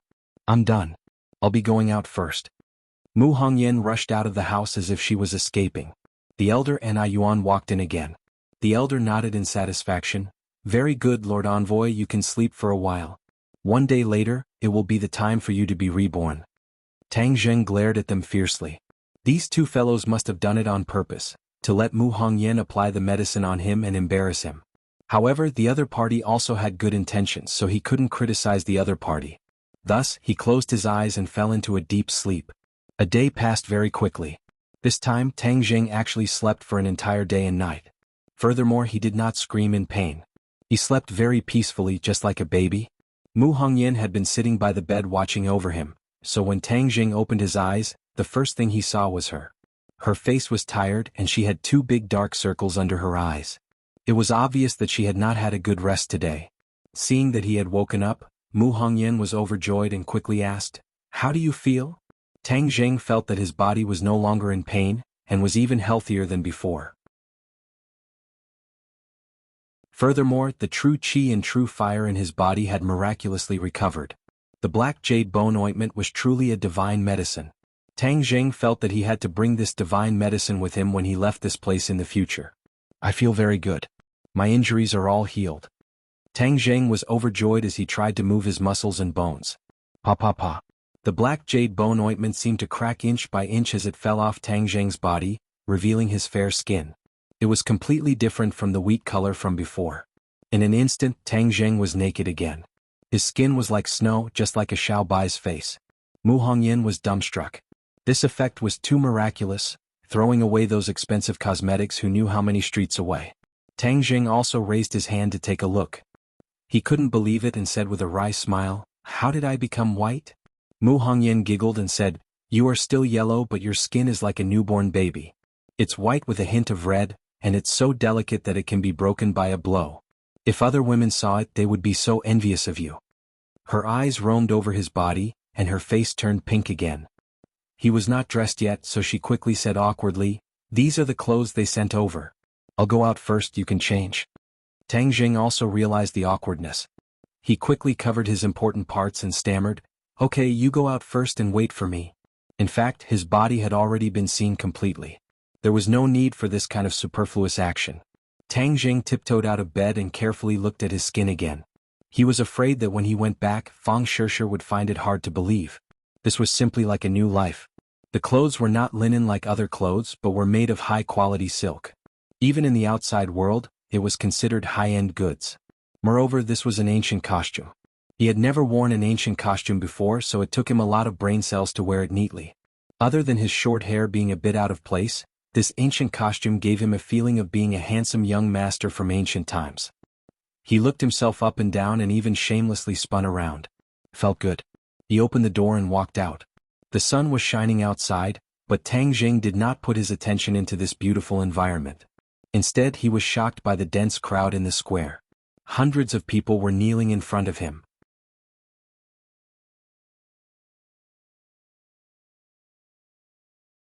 Chapter 222. Even though Tang Zheng's nerves were thick, he was still deeply shocked by this scene, especially when the shamans looked at him with burning gazes. Tang Zheng felt like he was the leader of an evil sect. There were only two people standing at the scene, Tang Zheng and Mu Hongyan. Mu Hongyan had long been stunned. This scene was like a dream, it was too unreal in her world. She did not have the habit of kneeling down and kowtowing to others. Furthermore, these people were not forced but were sincere. She looked at Tang Zheng, not knowing how he could be so capable. What was the identity of the witch tribe's envoy to be able to make them submit so willingly? Tang Zheng was startled for a moment before he regained his senses, but he did not know what to say. The elder knelt at the front and said loudly, "The witch tribe welcomes the arrival of the envoy. The witch tribe welcomes the arrival of the envoy." The earth-shattering shouts caused one's heart to tremble. Tang Zheng felt that he should say something, so he coughed dryly. After holding it in for a long time, he only said one sentence, "Everyone please rise." No one got up because the elder said again, "I implore you, Lord Envoy, to save my witch tribe from the sea of bitterness. I implore you, Lord Envoy, to save my witch tribe from the sea of bitterness." The shouts rang out again. Tang Zheng originally did not care much about the identity of this envoy. He wanted to find an opportunity to leave this place after his injuries were healed. He didn't know if it was because the elder had seen through his thoughts and created such a grand scene, leaving him with no way out. Looking at the men, women, elders and children in the crowd whose eyes were filled with anticipation, Tang Zheng knew that if he agreed this time, he would have to fulfill his promise. However, those pairs of eyes made it impossible for him to refuse. Moreover, his life was saved by the witch tribe, so he should agree to their request. Thus, he said solemnly, "Everyone respects me as the envoy of the witch tribe. I don't understand what kind of virtue or ability I have to shoulder such a heavy responsibility, but I will definitely do my best to let everyone leave this vast 10,000 huge mountains." "Thank you, Lord Envoy." Waves of gratitude and cheers rang out. Many people had tears streaming down their faces. This was the wish of countless generations, and now they finally had the chance to realize it. "Elder, tell everyone to get up. It's not good to kneel like this." Tang Zheng quickly helped the elder up and said in a low voice. The elder was so excited that his hands trembled and his eyes were brimming with tears. He said, "Lord Messenger, you have led the sorcerer tribe out of the sea of suffering. It is our honor to kneel down and worship you." Tang Zheng rolled his eyes. This old fellow was stubborn.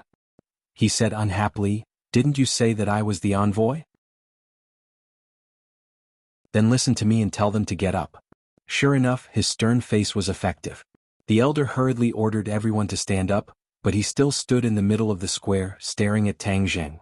Tang Zheng felt that he was about to be melted by these blazing eyes. He pulled the elder and said, "Elder, although you have always said that I can lead you out of the 100,000 mountains, I don't have absolute confidence." The elder firmly shook his head. "Lord Envoy, there is no need to be modest. Everything will be clear when you go to the Holy Land tomorrow." Tang Zheng had no choice but to do so. That night, a bonfire was lit in the huge square. All the clansmen gathered together to celebrate the arrival of the envoy. Tang Zheng and Mu Hongyan were naturally honored guests. They sat at the top while the elders accompanied them by the side. Mu Hongyan looked at the crowd celebrating around the bonfire in the square. She, who was used to seeing big scenes, was deeply shocked by this kind of worship and joy that came from the bottom of her heart. From time to time she would turn her head to look at Tang Zheng. Under the light of the fire, his cheeks were well defined, and there was an additional trace of mysterious aura. People couldn't help but want to see what was going on. Mu Hongyan had seen countless successful men, but compared to the current Tang Zheng, they were all lacking in flavor. Even those who were worth billions could not be compared to him. He was like a huge black hole, enough to attract people's attention and hearts. Tang Zheng looked at the bonfire, and his gaze was involuntarily attracted by the 4 stone statues around the square. Under the illumination of the fire, these stone statues became even more mysterious.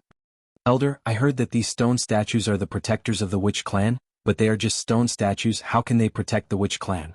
Tang Zheng asked curiously. The elder retracted his gaze and said respectfully, "The legend of the guardian god has been passed down from generation to generation. I do not know too much about the guardian god." Tang Zheng felt that it was a pity that even the elders did not know about the guardian god, so he could not ask any more questions. He changed the question, The people of the Witch clan are all very strong. Why is that? The elder's face revealed a proud expression as he said, My Witch clan is born with divine strength, but right now we are only limited to our strength. Only when the restrictions are removed can my Witch clan cultivate. Tang Zheng's heart skipped a beat. The people of the Witch clan were born with divine strength. If they were able to cultivate, their strength would definitely be much stronger than ordinary people. Sir, the Witch clan is your most loyal warrior. In the future we will follow you to fight in the north and south, creating a glory that belongs to you and the Witch clan. Tang Jing shook his head.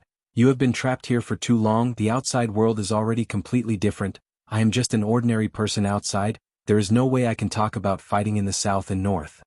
No, Lord Envoy is destined to achieve a heaven-shaking feat in the future, and my Witch clan will be Lord's most loyal warriors, sweeping away all obstacles for Lord. The elder said firmly. Mu Hongyan could not help but be alarmed. This elder's tone was too big.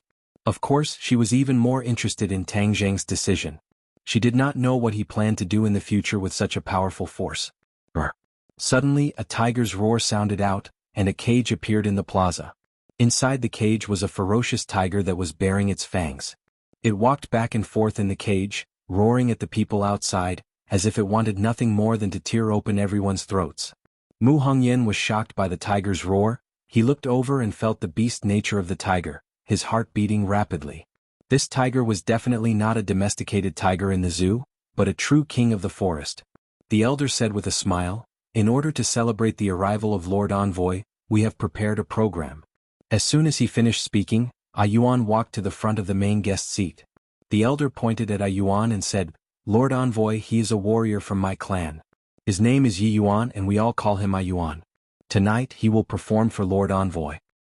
Hearing that, Yuan proudly raised his head and looked at Tang Zheng with provocation in his eyes. Tang Zheng asked curiously, What program? Sir, you'll know when you see it. The elder purposely acted mysterious and nodded towards Yuan. Yuan turned and walked towards the center of the plaza, towards the cage. Everyone's gaze was attracted by him. The crowd cheered and many people shouted, Yuan. Yuan, do your best. Yuan walked in front of the cage and opened the door. The tiger pounced towards Yuan. The aura of a king that looked down on the world made one's heart palpitate. Yuan stood in front of the cage as if his neck was about to be bitten off by the tiger. Please recommend.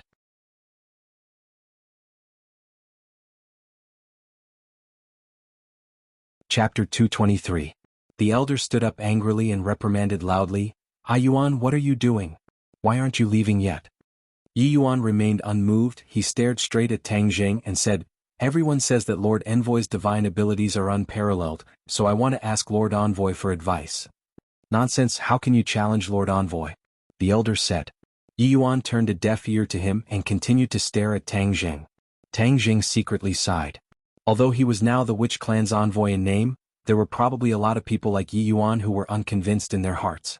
Since he was determined to subdue this power, then of course he had to show his strength. Tang Zheng stood up and said, I accept your challenge. The elder said, Lord Envoy, Yuan is too young, he is not sensible. Tang Zheng waved his hand indicating for him to stop and said, Since he wants to challenge me, of course I will accept. However, you have just experienced a great battle, shouldn't you rest first? No need, this little battle is nothing at all. Yuan vowed. Tang Zheng laughed, walked to the center of the plaza and faced Yuan. As long as you defeat me, I will willingly submit to you, be your warrior for life and charge into battle for you. Yuan was resolute and decisive. Alright, remember your words. Do it. Yuan's movements were very fast, and in the blink of an eye, his huge fist had already arrived in front of Tang Zheng, and the air was suddenly compressed by the several hundred kilograms of power, producing a muffled sound. Tang Zheng did not move at all. He punched out. His movements were not fast, but before Yuan's fist hit his face, he protected his face. Bang! As the two fists collided, the two of them took a few steps back at the same time. Then they heard Yuan roar, and with a whoosh he arrived in front of Tang Zheng again. His fist techniques were very simple. They were all straight punches, using the shortest path to attack his opponent. He definitely did not waste any more energy. This was the essence of his fist techniques. Those fancy fist techniques looked good, but their power could not be compared to this most direct fist technique. Yuan's fist techniques were tempered from fighting ferocious beasts time and time again, and were filled with an indomitable killing intent. Tang Zheng also gained inspiration from his opponent's fist techniques. He abandoned all unnecessary movements and used the most direct collision. Thus, in the center of the plaza, the two of them punched each other again and again. Their fists struck flesh and the air spread out in all directions. The muffled sounds were like war drums, causing everyone's blood to boil.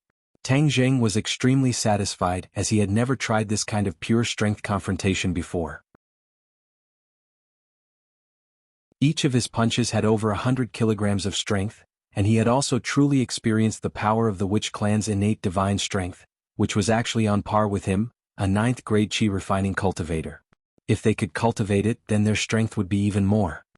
Yuan's face was already flushed red.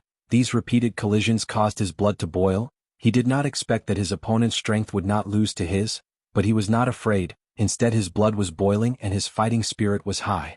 He knew that there was no way he could win like this, so he took the opportunity to throw out another punch. Seeing that Tang Zheng's fist was about to meet him, he suddenly changed his move, and actually hugged Tang Zheng's waist. Bang! Tang Zheng's fist landed on his back. His body trembled, but he endured it. He hugged Tang Zheng's waist and exerted force. Whiz! Tang Zheng was like an arrow that had left the bow. Tang Zheng was in midair and had nowhere to borrow strength, nor was he able to stop.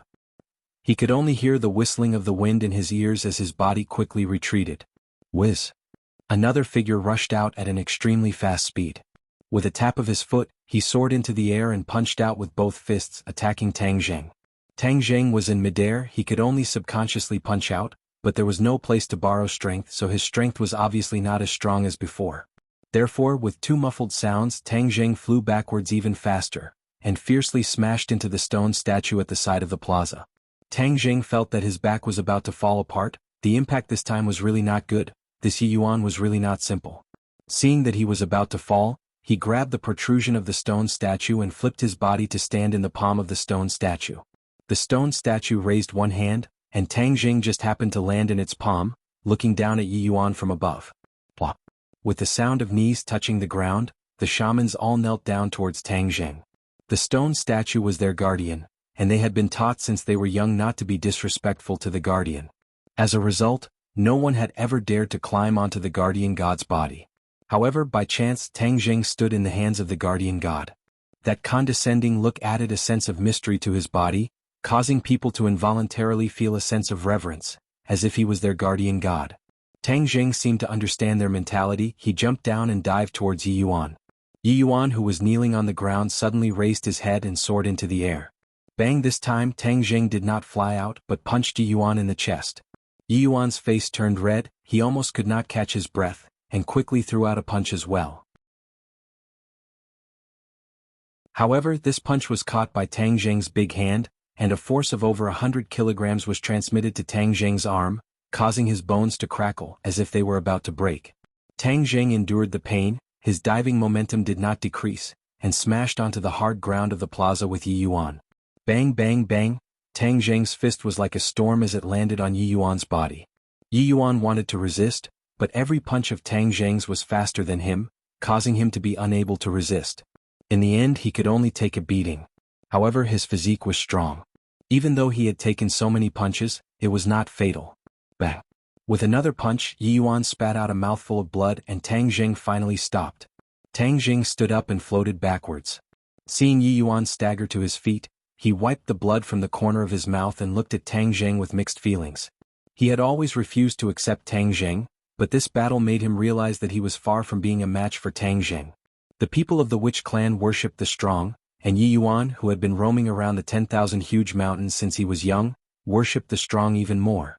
Since Tang Zheng had displayed his powerful strength and was also the Lord Envoy, he no longer had any thoughts of resisting. He was sincerely convinced and said with a sonorous voice, "Lord Envoy, from today onwards I, Yuan, will be your warrior, and I will not change my mind until I die." Tang Zheng patted his shoulder and said, "All right, I believe that in the future, you will become one of my most powerful warriors." Definitely. Yuan clenched his teeth, full of confidence. The applause was thunderous and the cheers were earth-shattering. The elder walked over, looked at Yuan with gratification and said, "Now you know how powerful Lord Envoy is, right? In the future you cannot offend Lord Envoy anymore." "Yes," Yuan will remember. Mu Hongyan was dumbstruck, her mind was still recalling the intense battle just now. The feeling of her fists hitting her flesh caused her heart to beat faster. Although the Long family was also a martial arts family, she had never had the chance to see such an intense confrontation with her own eyes. She had placed more of her energy on business. This time she experienced even more how powerful Tang Zheng was. Tang Zheng was no longer embarrassed to share a bed with Mu Hongyan. The witch clan had prepared the best room for him to stay in. After daybreak, after breakfast, Tang Zheng welcomed the elders and Yi Yuan. Today they were going to the sacred grounds to search for a way to break the restrictions. I'm ready. Let's go. Tang Zheng stood up and said while holding onto the War Soul sword. The elder nodded and said, the sacred grounds is still a distance away, so today only Yi Yuan and I will accompany Lord Envoy. When the few of them went out, they found Mu Hongyan standing at the door next door, staring straight at him, wanting to say something but hesitating. What's the matter? Mu Hongyan took a deep breath, feeling rather nervous.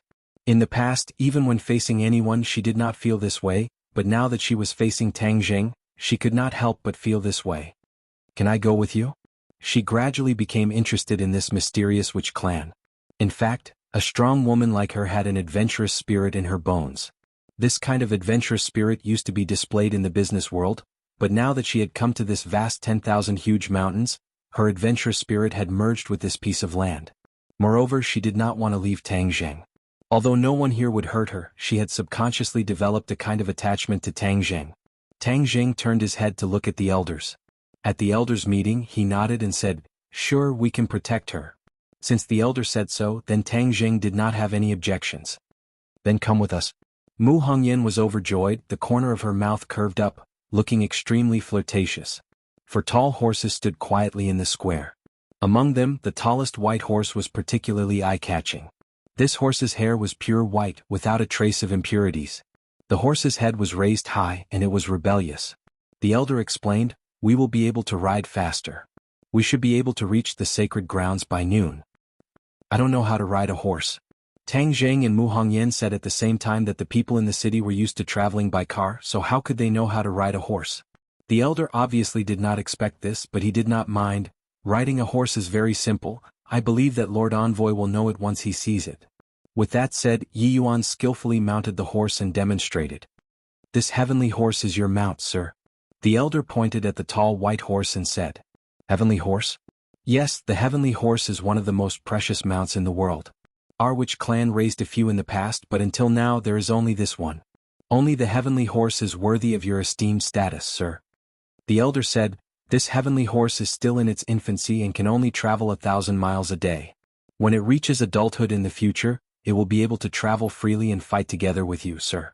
Tang Jing saw that the heavenly horse was definitely a peerless horse. Thus, with a tap of his foot, he soared into the air and sat on the back of the heavenly horse. The heavenly horse hissed, its front hooves soared into the air, its body almost standing up straight. Tang Jing quickly grabbed onto the reins, his legs tightly clamping onto the horse's abdomen, preventing himself from falling. The heavenly horse obviously did not like being ridden. It spread out its 4 hooves and jumped up, wanting to throw Tang Jing off. Tang Jing's competitive spirit was also aroused. He thought to himself that if he could not even tame a beast, wouldn't that make people laugh their heads off? Thus, he clamped his legs tightly and hugged the horse's head with both hands, preventing it from moving. The huge force caused the heavenly horse to feel pain, and it kept screaming, but its cries became weaker and weaker, until it finally quieted down. Only then did Tang Jing release his hands and legs. Congratulations, sir, for subduing the heavenly horse, the elder said. Mu Hongyan was also incomparably excited. Although she did not know how to ride a horse, she was still a rich person after all. She had seen many people who raised horses and loved them, and those horses could not be compared to the heavenly horse at all. The elder also jumped onto his own seat.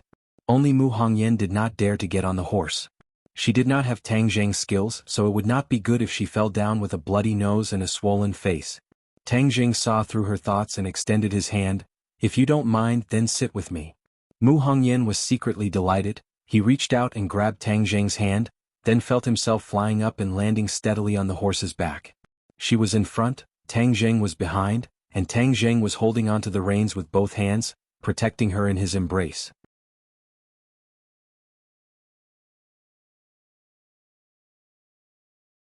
Chapter 224. Tang Jing had never thought that he would have such an experience. The heavenly horse moved as if it was flying, its four hooves soared into the air as if it was riding on the clouds, but every time it landed on the ground, it was very stable. Tang Jing and Mu Hongyan did not feel any bumps at all. Book group, this is even more comfortable than a car. Mu Hongyan leaned into his embrace. Previously, she was a little embarrassed, but as she gradually became more familiar with him, the awkwardness disappeared. This is the real convertible sports car. Tang Jing joked. Mu Hongyan covered her mouth and chuckled, but her eyes were exceptionally bright. The feeling that she had never experienced before made her feel extremely novel. Every pore in her body opened up, and every cell became active. Whoosh. Suddenly, Tang Jing, who was running at the front, pulled on the reins and the horse immediately stopped. The elder also pulled on the horse's head, and the horse's body was raised high. The heavenly horse did not even need Tang Jing to pull on the reins and stop by itself. It was extremely stable. There's miasma up ahead. Yi Yuan said in a deep voice. He was not nervous at all. Living in the 10,000 huge mountains, the miasma followed them like a shadow. It would not cause them to be afraid at all. The elder handed over a porcelain bottle to Tang Jing and said, Lord Envoy, after consuming a detoxification pill, you will not be afraid of this miasma. Tang Jing poured out one pill each with Mu Hongyan. This small pill was able to dissolve the poison of the miasma, causing Mu Hongyan to find it hard to believe. She had lived in southern Yunnan for more than 20 years and had been influenced since she was young. However, she had never heard of a medicine that could completely dissolve the poison of the miasma. However, when he thought of the miraculous black jade bone ointment from before, this detoxification pill did not seem to be difficult to accept. The two of them consumed it and their bodies did not feel any discomfort. The elder and Yi Yuan also consumed it, and the elder explained, Back then when our clansmen were just imprisoned here, many of our clansmen died under this miasma. Later on, an ancestor developed this detoxification pill, and only then could we ensure that our clansmen were not poisoned by the miasma. That ancestor must be a genius doctor. Mu Hongyan said. The elder revealed a smile. Of course, this ancestor is very kind and has saved many of our people. The elder and Yi Yuan gave their respective mounts another detoxification pill. Tang Jing followed suit and stuffed one into the heaven horse's mouth. Unexpectedly, the beast smelled it, snorted, and turned its head away. It actually did not eat it as if it was disgusted. The elder said, Lord Envoy, the heavenly horse has a special physique and is not afraid of this miasma. Tang Jing's eyes lit up and he said, It's immune to all poisons. The elder said, Although we can't say that it is immune to all poisons, the miasma's poison is indeed no threat to it. Tang Jing had no choice but to size it up again. This beast actually raised its head high and glanced at Tang Jing as if to say, You country bumpkin, you actually don't know my ability. Tang Jing did not know whether to laugh or cry. He was actually looked down upon by a horse. If word got out, others would think that he was crazy, but that gaze just now was clearly filled with undisguised contempt. Forget it, I won't lower myself to the level of a horse. Tang Jing pretended not to see it. Ja. The three horses continued to gallop, their surroundings filled with a white mist. This was the miasma. It looked like a white mist, but in reality, it contained a highly toxic poison, and if one inhaled too much it would be fatal. But at this moment, the few of them were safe and sound within the miasma. It was truly miraculous. Above their heads were towering trees that covered the sky and the sun. Only sporadic rays of sunlight shone through the gaps. Only the sound of horse hooves stepping on the ground could be heard in the forest. After advancing for a long time, the miasma disappeared. The few of them stopped again because in front of them was a large swamp that ate people without spitting out bones. The swamp is even more troublesome than the miasma. The elder frowned and said in disgust, No matter if it is a human or a beast, as long as they fall into the swamp, most of them will not survive. Back then, Lord Envoy was able to hold on because he had a magic treasure protecting him. Tang Jing understood, but Mu Hongyan could not help but look at the war soul sword on his waist. This unassuming black sword was actually a magic treasure. Then how do we get there? Tang Jing asked. Master, please be patient. Of course we have a way. The elder gestured to Yi Yuan, who immediately came to the edge of the swamp and jumped towards a pile of weeds. Mu Hongyan opened his eyes wide in shock. That was a swamp. If he jumped down he would not be able to survive. However, Tang Jing was not worried at all. Sure enough, Yi Yuan jumped into the weeds and did not sink. A long bamboo pole appeared in his hand, and with a push, a huge wooden raft slid over. We'll use this to cross this swamp. The elder skillfully led his mount onto the wooden raft. The wooden raft was big enough to accommodate 3 horses and 4 people. As the few of them boarded the raft, Mu Hongyan was obviously a little afraid. He stood closely beside Tang Jing as if he was afraid that he would fall. Tang Jing comforted her, "Don't be afraid." Mu Hongyan forced out a smile, but his face was a little pale. It was obvious that he was still afraid, but he did not dare to openly grab onto Tang Jing, so he could only try his best to get close to him. There was a stench in the swamp, and there were also the corpses of wild beasts that had not completely rotted. It was a little creepy. Tang Jing, the elder, and Tang Jing's expressions remained the same. Only Mu Hongyan covered his mouth as he got closer and closer to Tang Jing. In the end, he simply leaned his entire body on him. She had been sitting in the office all year round, so when had she ever been in such a harsh environment? Naturally, fear would arise in her heart. Seeing her trembling and her face becoming paler and paler, Tang Jing bitterly smiled to himself. "Why did you have to suffer with me? But this is not the way to go. What if something bad really happens to you?" Thus, he took the opportunity to wrap his arms around her shoulders. Mu Hongyan's body tensed up, and then she leaned into his embrace. A strong sense of security filled her heart, dispelling the fear in her heart. She raised her eyes and glanced at him, only to discover that he was looking straight ahead, his eyes deep and steady, completely lacking the frivolity of his age. Seeing that he had retracted his gaze, she hurriedly lowered her head, afraid to look him in the eye, but she did not have the courage to leave his embrace. The elder and Yi Yuan pretended not to see anything. Yi Yuan focused on supporting the raft, while the elder focused on a mountain peak that protruded out from the distance. The mountain was not very tall, but it was fiery red. The leaves were like burning flames, and even the tree trunks were fiery red. Moreover, all the different types of trees had the same color, fiery red, a bewitching red. Tang Jing also saw the mountain peak that looked like flames, and asked curiously, "Could that be the sacred ground?" The elder retracted his gaze and nodded, "Yes, the sacred ground is like a flame that can burn away all the sins in the world." "Why are they all fiery red?" The elder shook his head. "This is the magical part of the sacred ground. Ever since I was born, the sacred ground has been this color, and it has never changed throughout the year." Tang Jing was extremely curious. The color of the leaves should have changed with the change of the seasons, but the trees in the sacred ground did not change at all. It was truly magical. However, since it was the Witch clan's sacred ground, there would naturally be many magical things about it. The raft finally stopped, and the few of them arrived at the edge of the swamp. They got off the raft and rode their horses forward. Although the sacred ground was right in front of them, it still took them nearly an hour to arrive at the edge of the sacred ground, at the foot of the fiery red mountain peak. Mu Hongyan was completely shocked by the mountain peak. He was flabbergasted as he stared blankly at the mountain peak. Even Tang Jing could not hide his surprise. This mountain was about 1,000 meters tall. Not only were the trees fiery red, even the weeds on the ground, the soil, and the stones were red. This is too magical. Mu Hongyan could be considered to be well informed. He had been to many places in the world for tourism, but he had never seen such a magical scene. "Lord Envoy, let's eat some dry food first. Only after eating will we have the strength to climb the mountain. This is the sacred ground. We can't ride horses, we can only walk. This is our respect for the sacred ground," the elder said solemnly. After the few of them had lunch, they led their horses up the mountain. The mountain was not steep, and after a while they finally reached the top of the mountain. It gave them the illusion that they were in flames, and the evil thoughts in their hearts were about to be refined by this fiery red. At the top of the mountain, a huge cave appeared in front of them. A wave of heat was emitted from the cave.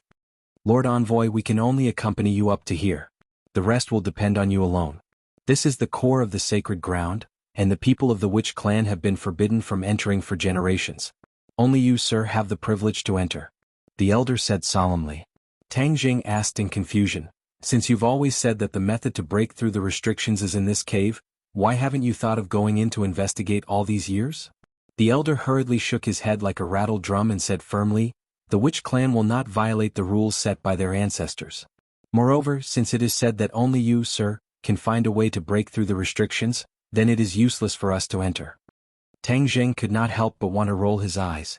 The Witch clan was really stubborn, they had been trapped here for so many years, and it was said that the method to break through the restrictions was inside the cave, but they did not take even half a step out of the lightning pool. Mu Hongyan really wanted to continue following him to investigate, But since the elder said that only Tang Zheng could go down alone, she tactfully did not follow him. She nodded towards Tang Zheng, encouraging him to do his best. Tang Zheng smiled knowingly and joked, "Then I'll go in alone, there won't be any man-eating beasts inside, right?" The elder said with a blank face, "We don't know either. Lord Envoy, the hope of our witch clan is in your hands." Tang Zheng felt the burden on his shoulders instantly become much heavier. He retracted his smile, nodded his head seriously, and walked into the cave with large strides. A blazing wave of air rushed towards his face, and the temperature suddenly rose. The inside of the cave was also fiery red, and the walls of the cave were suffused with a strange red light, illuminating his path forward. He walked with his head held high, and after a while he had already walked a few hundred meters. He could no longer see the scene outside the cave. The surroundings were completely silent, and there was no movement at all. He suddenly remembered that there was no movement around him when he was climbing the mountain. This mountain was like a dead mountain. Other than plants, there were no animals, not even insects. It was so strange that it made one's heart palpitate.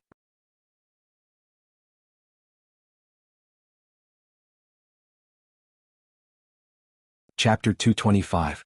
After walking straight for a distance, the cave slanted downwards as if there was no end to it. Only the heat wave in his face was getting stronger and stronger. Tang Zheng frowned, his nerves tensed up, the war soul sword in his hand glowed with a black light, forming a sharp contrast with the red light around him. Suddenly the view in front of them opened up. They arrived at a huge stone hall. There was a huge pool in the middle of the hall, but it wasn't water. Instead it was boiling red lava. The boiling hot air turned the stone hall into a huge furnace.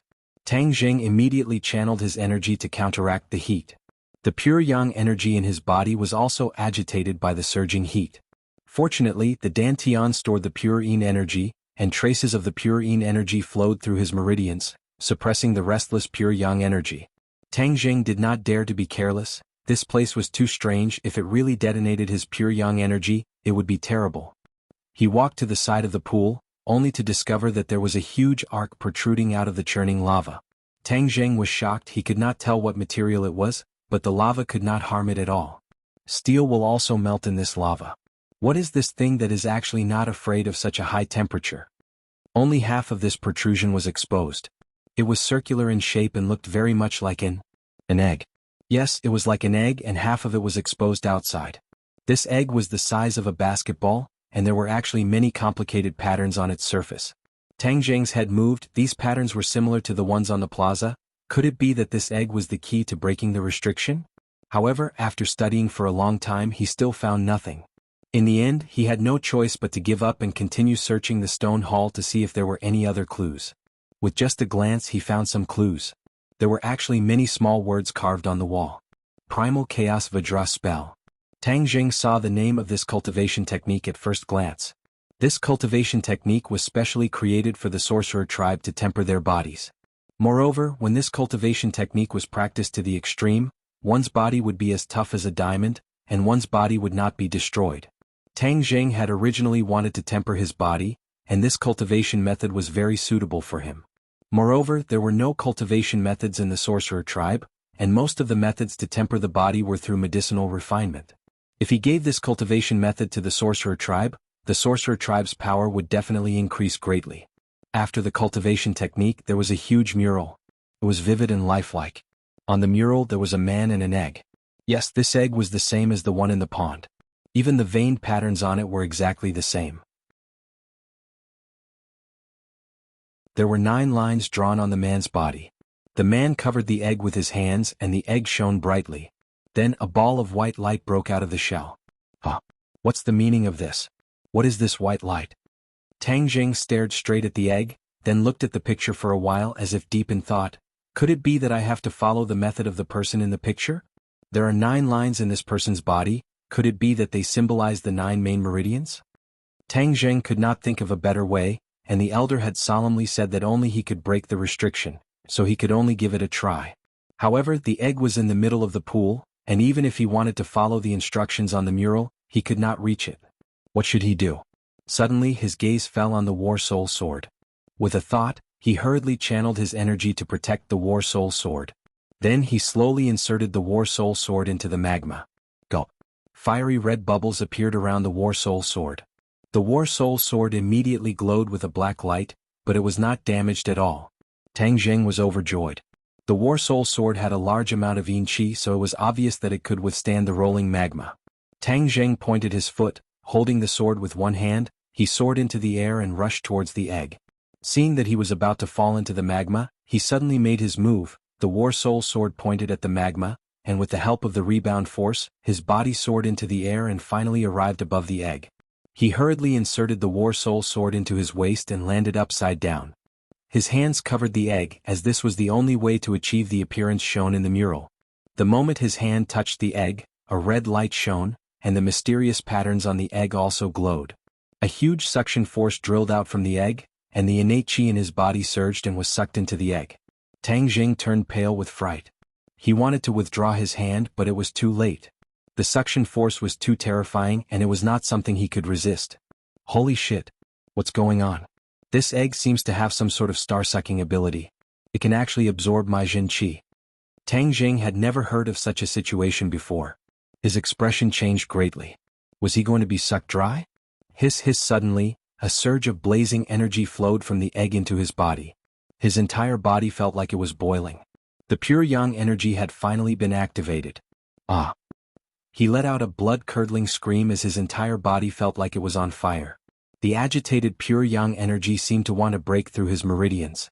At this time, the accumulated pure yin energy began to move. Tang Jing hurriedly circulated his energy, and the pure yin energy and the pure yang energy were neutralized. Only then did his pain slightly subside. He was sweating profusely as he stared at the egg. He discovered that the patterns on the egg were spinning rapidly, and the red light was gradually dissipating. Bang! A powerful force came from the egg and he was sent flying. He flew across the pond and landed on the ground, staggering. Tang Jing found that his body was empty. His Jin Qi had been sucked dry. Holy shit, this egg is a bottomless pit. Tang Jing wanted to cry but had no tears. Fortunately, his body did not suffer any major damage. Hey, how did the pure yang energy increase so much? Tang Jing could clearly feel the surging power of the pure yang energy. This must be the heat from the egg transforming into pure yang energy. Tang Jing wanted to cry but had no tears. He originally wanted to suppress the pure yang energy. Now that the pure yang energy was increasing, he felt his body temperature increase a little. Moreover, there was not much pure yin energy left in his dantian. He did not have time to sigh at the changes in his body. He stared at the egg from afar. Didn't the mural say that the egg would crack? Then a white light would rise. But after waiting for a long time, the egg did not have the slightest reaction. What's going on? Did I not absorb enough Jin Qi? Tang Jing seemed to be deep in thought, but I don't have any more Jin Qi in my body, so it's useless to stay here. Why don't I go back and ask the elders first? Returning the way he came, his speed was much slower. After all, there was no more Jin Qi in his body. This was equivalent to him having just experienced a great battle, and his losses were too great. After a long time, he finally reached the entrance of the cave and discovered that the three elders were stretching their necks to look into the cave. When they saw Tang Jing, they all revealed excited expressions. "Elder, I'm sorry I didn't succeed," Tang Jing said regretfully. However, the elder did not mind and said excitedly, "Lord Envoy, you are too amazing." Tang Jing was baffled. He did not even succeed. What was so great about it? As if he could see through his doubts, the elder pointed into the distance and said, "Lord Envoy, look." Looking over, he saw a ray of light shooting into the sky from the direction of the plaza. It rose into the air and then there seemed to be a huge glass cover in the air. This ray of light merged with the glass cover. What's going on?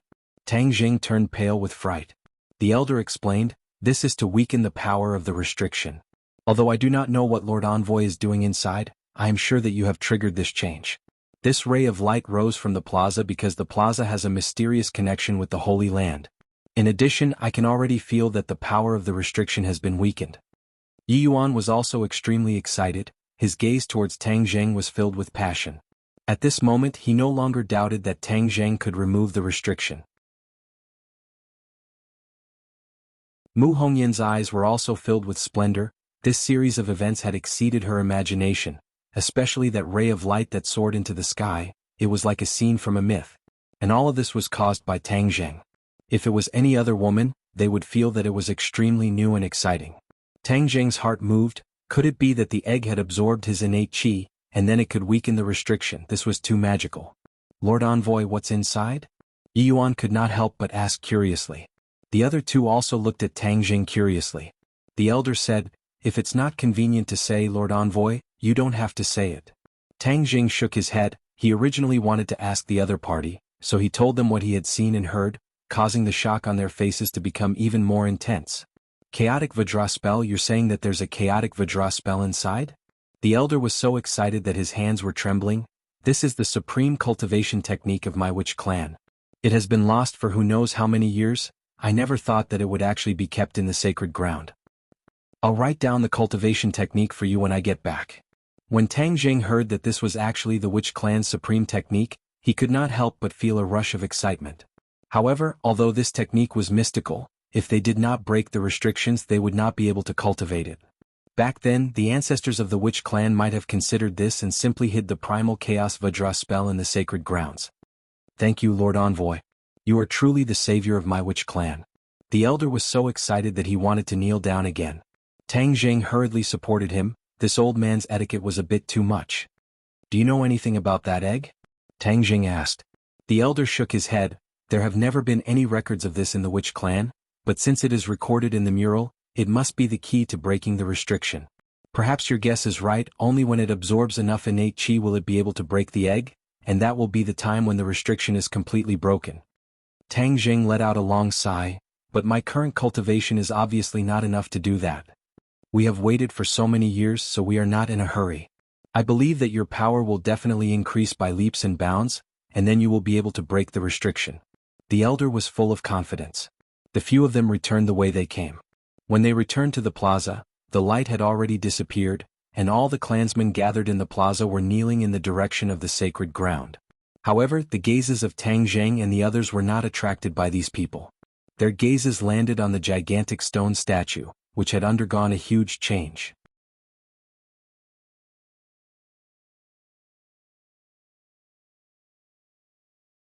Chapter 226. The gigantic stone statue was no longer in its original position. Furthermore, the postures of each stone statue were different as well. Sogu 360 So. Quick update, no ads coming soon. The stone statue moved. How could such a gigantic stone statue move? When the witch clansmen saw that they had returned, they all started to talk at once. It turned out that when the ray of light shot into the sky, the four stone statues seemed to have come to life and started to move, changing into their current positions and postures. Tang Jing was dumbstruck. He had originally thought that the stone statue was a dead object, but now he knew that it could actually move. Stones also have life? Tang Jing felt that his brain could not process what was going on. However, the elder said excitedly, the guardian god has appeared. This shows that the restriction is about to be broken. When everyone heard this, they were so excited that they could not control themselves. They all looked at Tang Jing eagerly. However, Tang Jing's expression was not as optimistic as theirs. That egg was a bottomless pit. He did not know how much innate qi he would need to fill it up, so he did not have absolute confidence when he would be able to break the restriction. Furthermore, he and Mu Hongyan had fallen off the cliff for so many days, and his family must be very anxious, so he had to hurry back as soon as possible and come back here in the future. Shwa. When Tang Jing finished transcribing the chaotic Vajra spell and told the elder about his decision, the elder's expression obviously darkened as he asked nervously, Sir Envoy, when will you be back after you leave? Since there was still a month or two before the summer vacation, why not take this opportunity to settle the matter of the witch clan? Although he did not find Mu Hongyan's husband's magic treasure, the matter of the witch clan was still a huge discovery. Furthermore, the spirit energy here was abundant. Wouldn't it be better to bring Shirshir here to cultivate? Elder, you don't have to worry. Wait for me to go back and take care of some personal matters, then we will come back. At that time we will focus on breaking the restrictions for the witch clan. The elder felt a little regretful, but he did not stop him. He nodded and said, then our witch clan will wait for Lord Envoy to return. After a night of silence, both Tang Jing and Mu Hongyan were a little excited. They woke up at dawn and the elders and Yi Yuan were waiting outside the door. Lord Envoy, Yuan will bring you away. Tang Jing nodded. Both parties bid each other farewell and left on their horses. Passing through layers of miasma and swamps, the three of them arrived at the edge of the 100,000 mountains when it was dark. Yi Yuan stopped, looked at Tang Jing and said, "Lord Envoy, our entire clan is waiting for you to return and bring us out of this place. Don't worry, I'll be back as soon as possible." Tang Jing promised. Both parties waved goodbye. Tang Jing and Mu Hongyan rode on the heavenly horse and left the vast mountain. Mu Hongyan looked back. This period of time was like a dream, making people feel that it was so unreal.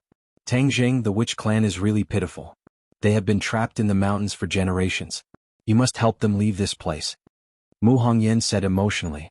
Tang Jing said, "Of course I will bring them out of this place, but this time when we go back, we must not let anyone else know about the existence of the witch clan." Mu Hongyan's heart skipped a beat.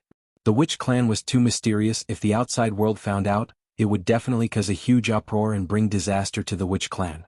"I understand. The witch clan saved me, so of course I will think for them." Mu Hongyan agreed. The two of them compared their statements again and found a set of excuses. They said that both sides were saved by the dense branches that covered the sky, but they lost their way in the forest and spent so many days to walk out of the vast mountains. Of course, the heavenly horse was the wild horse they found by chance in the mountains. "Who do you think is the one who tried to assassinate us this time? Is the target you or me?" Tang Jing asked curiously. Mu Hongyan was silent. She had thought about this question many times in the past few days. She had an illustrious identity and had been assassinated before, but this was the first time in Dianan. After all, this was the Long family's headquarters, and no one would dare to make a move against her. Tang Jing originally suspected that it was the assassins of the martial sect, but those assassins were obviously too weak. They were definitely not from the martial sect, and this was not the style of the martial sect, so he also denied it. No matter how much the two of them guessed, they would never have thought that all of this was arranged by Long Tingyu. Outside the mountain was a large suburb of the city. The night wind blew and the two of them galloped. Mu Hongyan could not help but feel a sense of transmigration. He subconsciously opened his hands and embraced the night wind that blew against his face. At this moment, although it was already late, there were still a few residents in the suburbs. When they saw a man and a woman galloping on their horses, they could not help but wonder if their eyes were playing tricks on them. The sound of horse hooves faded into the distance, leaving behind an unforgettable scene for these people. In the darkness of the night, the heavenly horse could actually distinguish the road. Its four hooves flew as it dashed towards the lights of the city in the distance. More than an hour later, they arrived at the edge of the city. The brilliant lights illuminated the road ahead and completely exposed their tracks. The heavenly horse raised its head high and looked at the unfamiliar city. The unfamiliar scene made it faintly excited. It screamed and ran away. Immediately, a shocking scene was born. On the wide road, a tall white horse carried a man and a woman. The man was handsome and the woman was beautiful as they galloped forward. There were many cars on the road. When the owner of the car saw this scene, he could not help but be surprised. Who was it that came out to walk their horses in the middle of the night? Moreover, this horse, it was really handsome and extraordinary. Even an outsider could tell that it was a real good horse. Whiz! The heavenly horse was like a gust of wind as it shuttled through the traffic. It even lowered its head to look at the cars beside it. It seemed to treat these iron shells as opponents as it quickly overtook one car after another. The owner of the car was stunned. Could it be that the horse wanted to race with the car? Some of the owners had already increased the throttle to keep pace with the heavenly horse. The heavenly horse was infuriated by such a provocative action. It raised its front hooves high and almost stood up with the two people on its back. Mu Hongyan cried out in alarm and leaned tightly into Tang Jing's embrace. However, Tang Jing could sense the intentions of this beast, so it was fine. Since the elder had praised the heavenly horse so much, then he might as well experience its speed today. What was the speed of an arrow leaving the bow? The heavenly horse's speed was the best explanation. It kicked backwards and the tall horse's body soared into the air. It was as if it was riding on the clouds and it actually jumped over a moving car. It steadily landed on the ground, scaring the owner so much that he hurriedly braked. The heavenly horse neighed proudly. Its speed was extremely fast and in the blink of an eye, it had left a few cars behind and was far ahead. Oh! Suddenly, the roar of an engine rang out. A sports car rushed out and arrived beside the heavenly horse. It was obvious that it wanted to compete with the heavenly horse. Tang Jing was in high spirits as he patted the back of the heavenly horse and said, "Do you have the confidence to beat him?" The heavenly horse snorted proudly and turned its head to look at the owner of the sports car. The owner of the sports car thought that his eyes were playing tricks on him. He was actually looked down upon by a beast. He fiercely pressed the horn a few times in response as if he was roaring.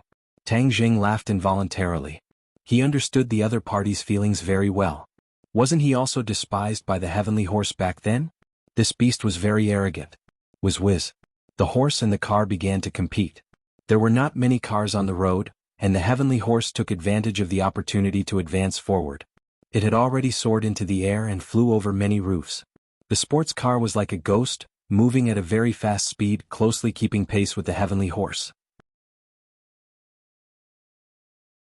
This scene caused all the car owners on the road to be dumbstruck. Many people stopped their cars and used their phones to record this scene that was hard to come by in 100 years. Both sides were very fast, and in a short while they had left the other cars far behind. Suddenly, the heavenly horse turned its head to look at the sports car, as if it also felt that the speed of this iron box was not slow. Its eyes burned with fighting spirit, and it actually increased its speed again, instantly leaving the sports car a few meters behind. Mu Hongyan had sat in many luxury cars, but she had never had such a high-speed experience on the road, let alone sitting on the back of a horse. As the heavenly horse moved forward, she couldn't help but shout out loud. Tang Zheng could clearly feel the trembling of every cell in her body. That unprecedented experience was enough to make anyone feel satisfied. This was like riding a roller coaster. The more exciting it was, the more scared it was, and the more excited it was. Tang Jing hugged her tightly, not allowing her to be thrown out. Seeing that the sports car had caught up again, Tang Jing patted the horse's back and said, "Faster, completely shake off this tail." The heavenly horse seemed to understand his words and suddenly sped up. In front of them was the downtown area, and there were many people and cars. When many people saw a tall white horse rushing over, they subconsciously dodged. In fact, there was no need for them to dodge at all. The heavenly horse accurately controlled the landing point and would not hurt anyone. The speed of the sports car obviously slowed down. There was no other way, there were too many cars. No matter how good his driving skills were, no matter how powerful the sports car was, it couldn't fly. So after chasing for a while, he could only watch the back of the white horse disappear from his sight. He unwillingly slapped the steering wheel to vent his frustration of failure. The video of the race between the car and the horse, and the white horse's victory over the sports car, was spread to the internet. Many people were shocked by the white horse's heroic appearance, and even more people participated in the discussion about who exactly the man and woman sitting on the horse were, to actually have such a BMW. Many young girls stared blankly at the back of Tang Zheng. The woman sitting in his embrace was too happy, it was simply like a dream fairy tale. What was Prince Charming? This was Prince Charming. At that moment, Tang Zheng did not know that he had a name on the internet, Prince Charming. He had become the dream lover of many girls, and many girls even asked their boyfriends to ride a tall white horse to propose to them before they were willing to marry him. Tang Zheng did not know that his unintentional actions had actually added so much burden to the male compatriots of the world. Fortunately, the heavenly horse was too fast, and there was only a blurry back view in those videos. It was impossible to see his face clearly, otherwise, he would have become the public enemy of the male compatriots wherever he went. Tang Zheng was not in the mood to pay attention to all of this, because they had already returned to the lakeside villa, but Fang Shishir was not here. It was said that she had been picked up by someone.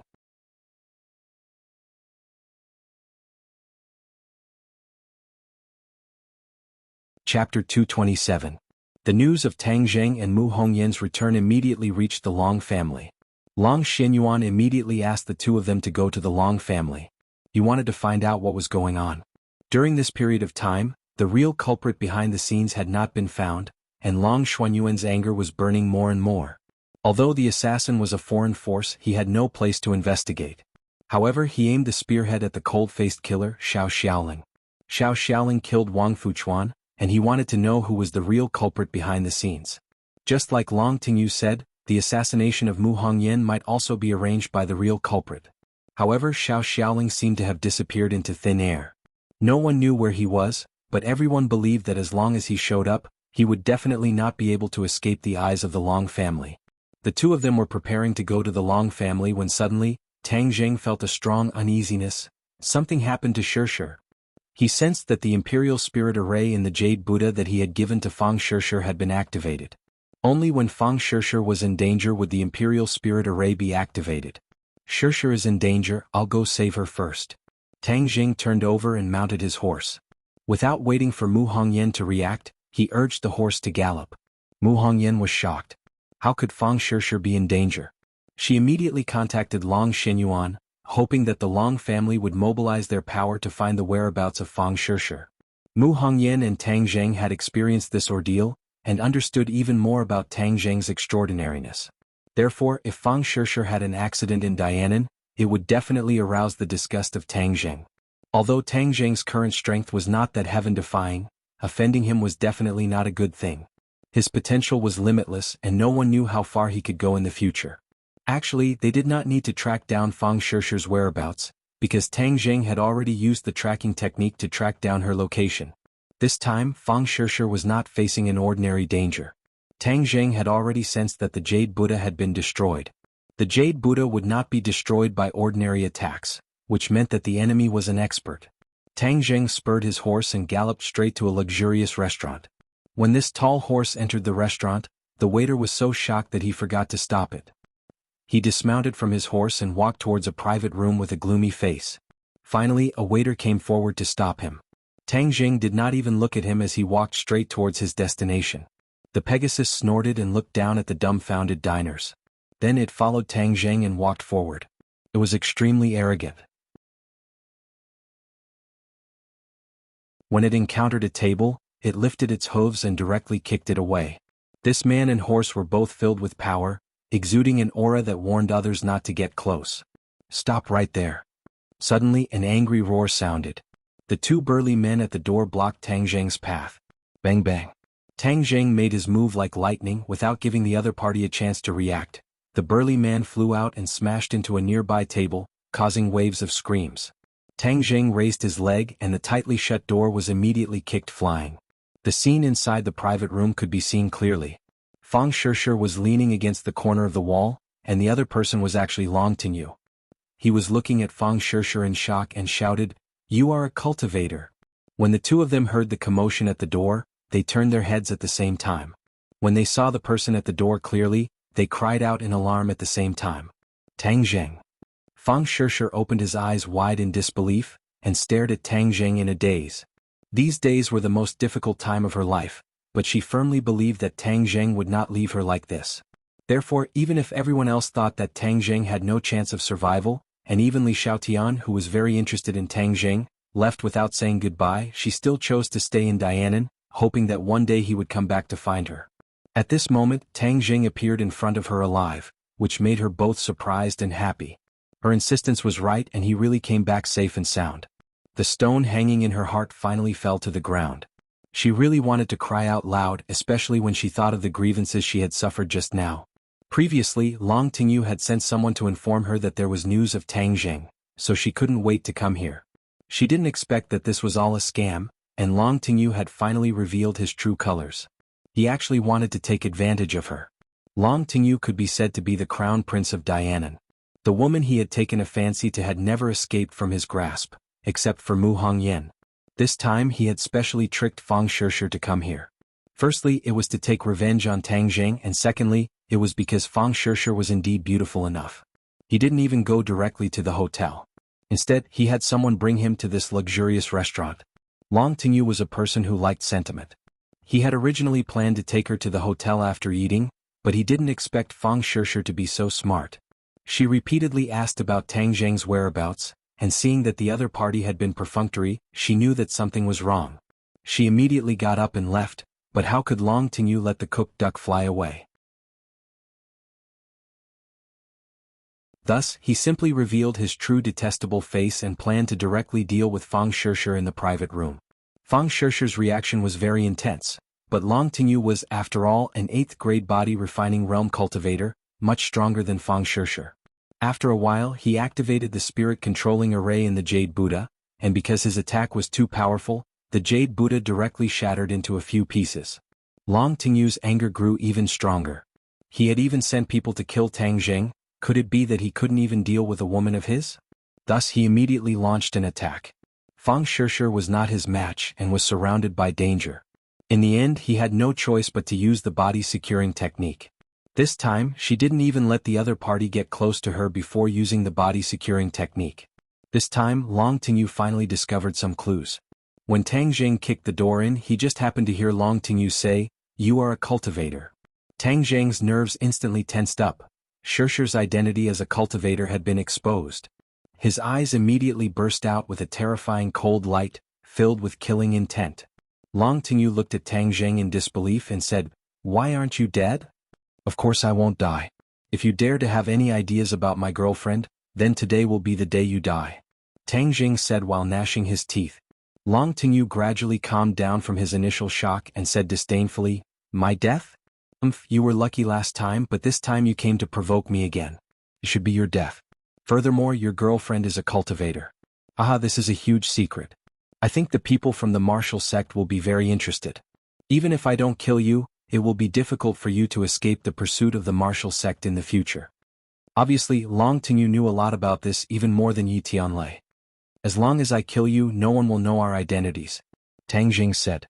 Long Tingyu rolled his eyes and said, "So that's how it is. Not only is she a cultivator, you are also a cultivator. No wonder you have such strength at such a young age. But it's too late for you to know now." Tang Zheng had already made up his mind to kill. Before he finished speaking, he immediately pounced forward, the War Soul sword glowing with a black light, thrusting towards Long Tingyu's chest. Long Tingyu turned pale with fright. This time, Tang Zheng did not hide his identity as a cultivator. The flying immortal from heaven sword technique was extremely sharp, and with just one move he had forced Long Tingyu into a corner. Long Tingyu resisted in a sorry state, but it was like a mantis trying to stop a carriage. The War Soul sword directly pierced into his stomach, and with a lift, he was sent flying to the door. Please recommend.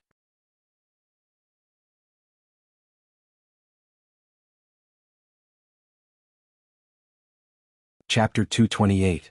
Long Xinyuan had previously thought of roping in Tang Zheng, but when he heard that Tang Zheng was a cultivator, this thought was thrown out of his mind, and even his anger towards Tang Zheng gradually subsided.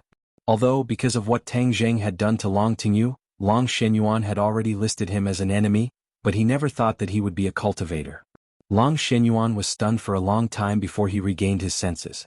He knew how powerful cultivators were, and he also understood that the relationship between the martial sect and cultivators was like fire and water.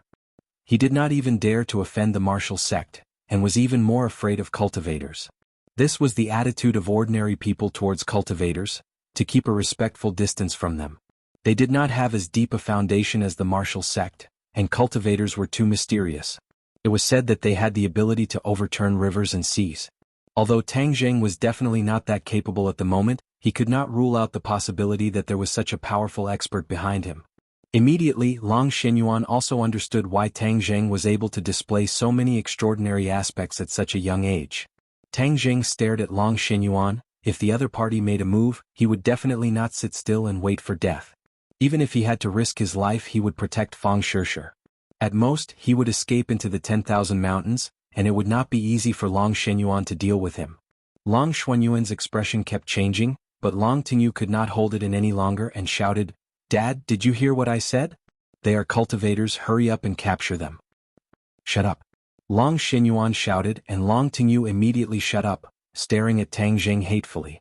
Tang Zheng was unmoved, he only cared about Long Xuanyuan's attitude. "Tang Zheng, you saved Nana and Hongyan. This is a great kindness to the Long family. The Long family knows how to repay this kindness." Long Xinyuan finally spoke. Tang Zheng snorted disdainfully, "Is this how you repay kindness? You actually dare to do bad things to my girlfriend?"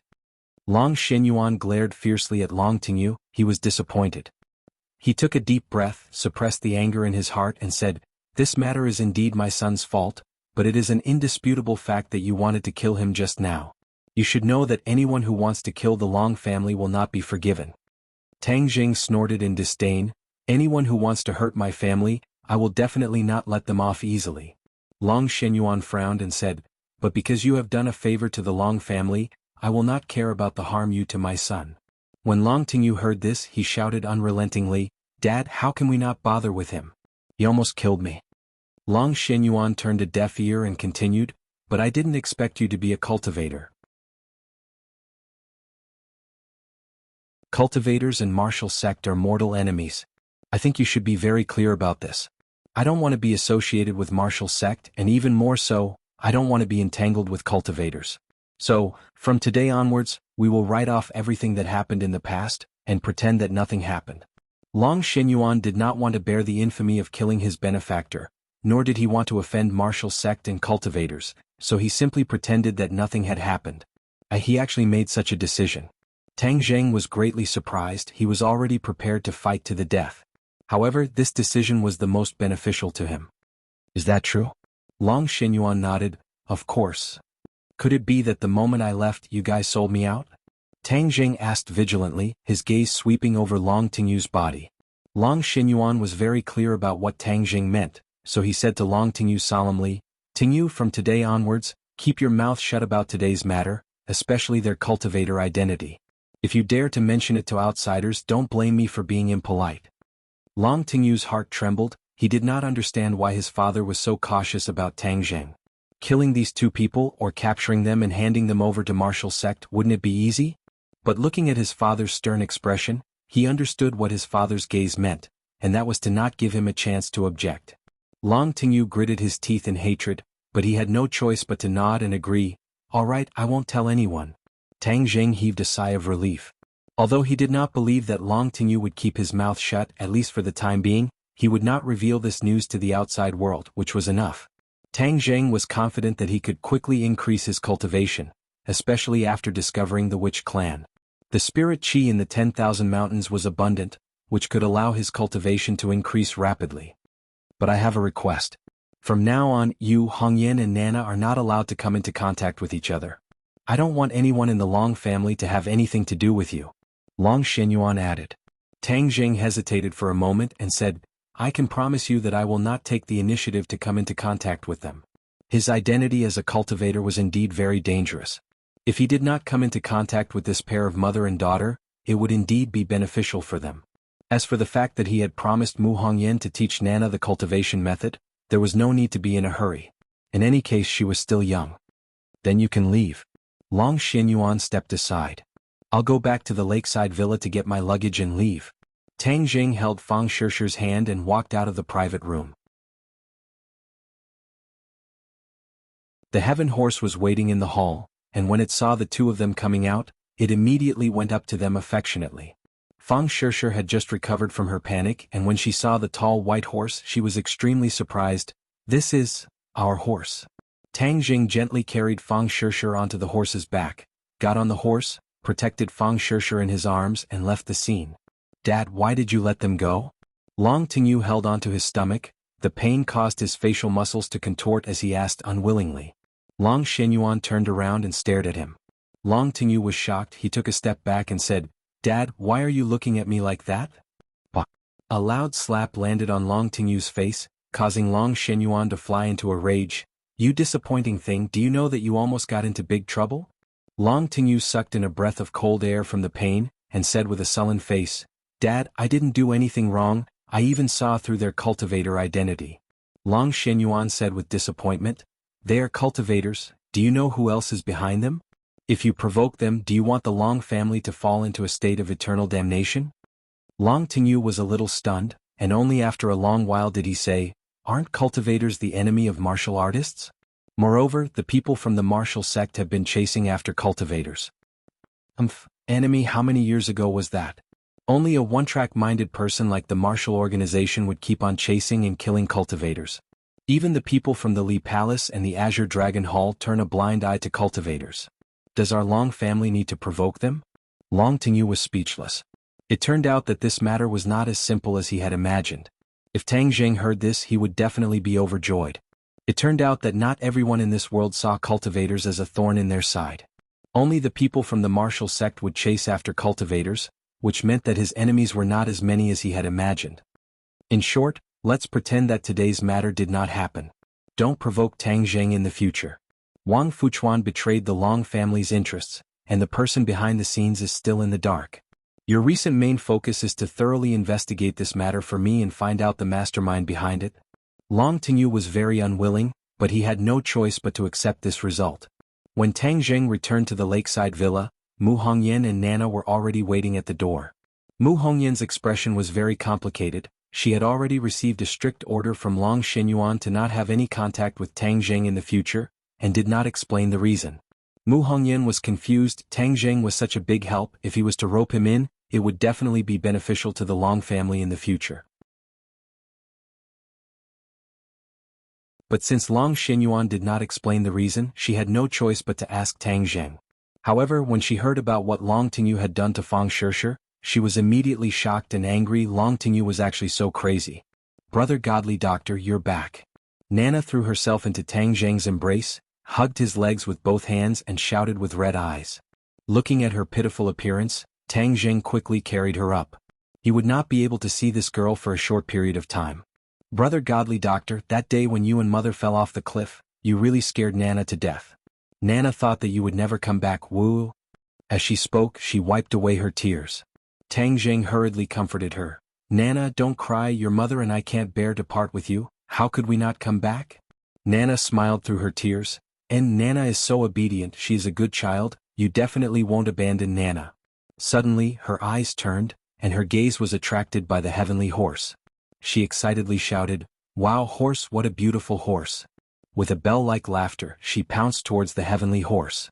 Tang Zheng hurriedly stopped her. This beast was too arrogant, so he did not want to send this girl flying with a kick. "I want to ride a horse, I want to ride a horse." Nana kept waving her hands and couldn't wait to say. Tang Zheng had no choice but to carry him onto the horse. Nana hugged the horse's back and giggled. Seeing his daughter's happy expression, Mu Hongyan felt bitter in his heart. He would not be able to see Tang Zheng in the future, and Nana would definitely be very sad. "Tang Zheng, what exactly happened? Why did father make such a decision?" Mu Hongyan could not help but ask. Tang Zheng then told him what had happened, and Mu Hongyan was furious. "Long Tingyu, I never thought that he would be such a beast with a human face." After saying that, he hurriedly grabbed Fang Shishir's hand. "Shishir, luckily you're fine, otherwise I would have felt guilty for the rest of my life." Fang Shishir had already regained her composure. "Am I not fine now? Besides, this is not your fault." However, they already know our identity as cultivators, so they made this decision. At least this decision is beneficial to both sides for the time being. Tang Zheng said. Mu Hongyan said resentfully, "All of this happened because of me. If I hadn't invited you to South Yunnan, then none of this would have happened." Tang Zheng shook his head. "I originally wanted to come and see you, and I also came for your husband's magic treasure."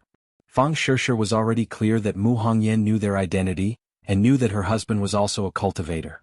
Hearing them mention the magic treasure, she said, "Tang Zheng, we can't come here in the future. Last time you looked for it alone, this time we'll look for it together for the last time.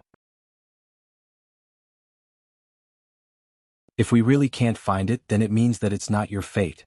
Tang Zheng's heart moved. One more person, one more chance, and she was right. If he couldn't find it this time, then it would be very difficult to come to the Long family in the future, and this magic treasure would really be covered in dust forever.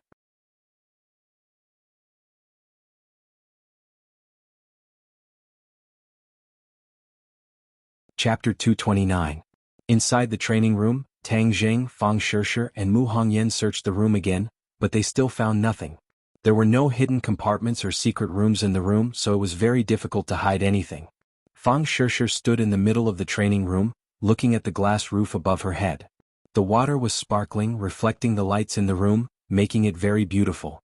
"Tang Zheng, did you check the roof?" Fang Shishir asked. "Roof?" Tang Zheng was very puzzled, and Mu Hongyan looked up at the same time. The glass roof was empty, and even if they were standing on the ground, they could still see it clearly. Mu Hongyan said, "This roof has not changed much from before. I believe that your husband must have hidden the magic treasure in this house, and you also said that this training room is the most likely place, so it should be here. We have already looked everywhere, but this roof is the only place we haven't looked."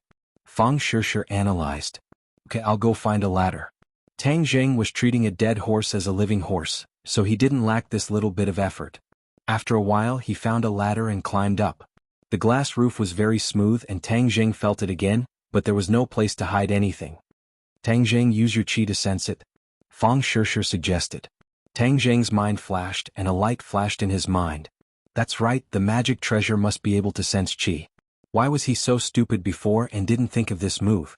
He simply closed his eyes and used his qi, and his qi spread out from his meridians. In an instant, his qi filled the entire roof. Suddenly he found a special place. The glass in the middle of the roof had a slight reaction, and when his qi spread out, there was a slight fluctuation. He was happy knowing that he had found the target, so he followed the feeling and touched that piece of glass. It was very smooth and he couldn't feel anything with his palm. But the reaction of his chi made him very sure that there was something wrong. Illusion. Suddenly, his heart skipped a beat and he immediately thought of this magic. Back then, Tianquanzi had used this magic to create a fake exam ticket for him. That illusion could last for 2 days, but this illusion had obviously lasted for several years. It was obviously a very powerful illusion. In fact, if it were a few years ago, even if Tang Zheng used his Jin Qi to sense it, it would be useless. At that time, the illusion had just been cast and its power was very strong. Now, with the passage of time, the effect of the illusion was weakening so he could sense it with his Jin Qi. Then he must also be a first-grade foundation establishment cultivator, because only first-grade foundation establishment cultivators can cultivate illusions. Tang Zheng could not help but sigh. A first-grade foundation establishment stage expert had actually died in the hands of Taoist Tianji.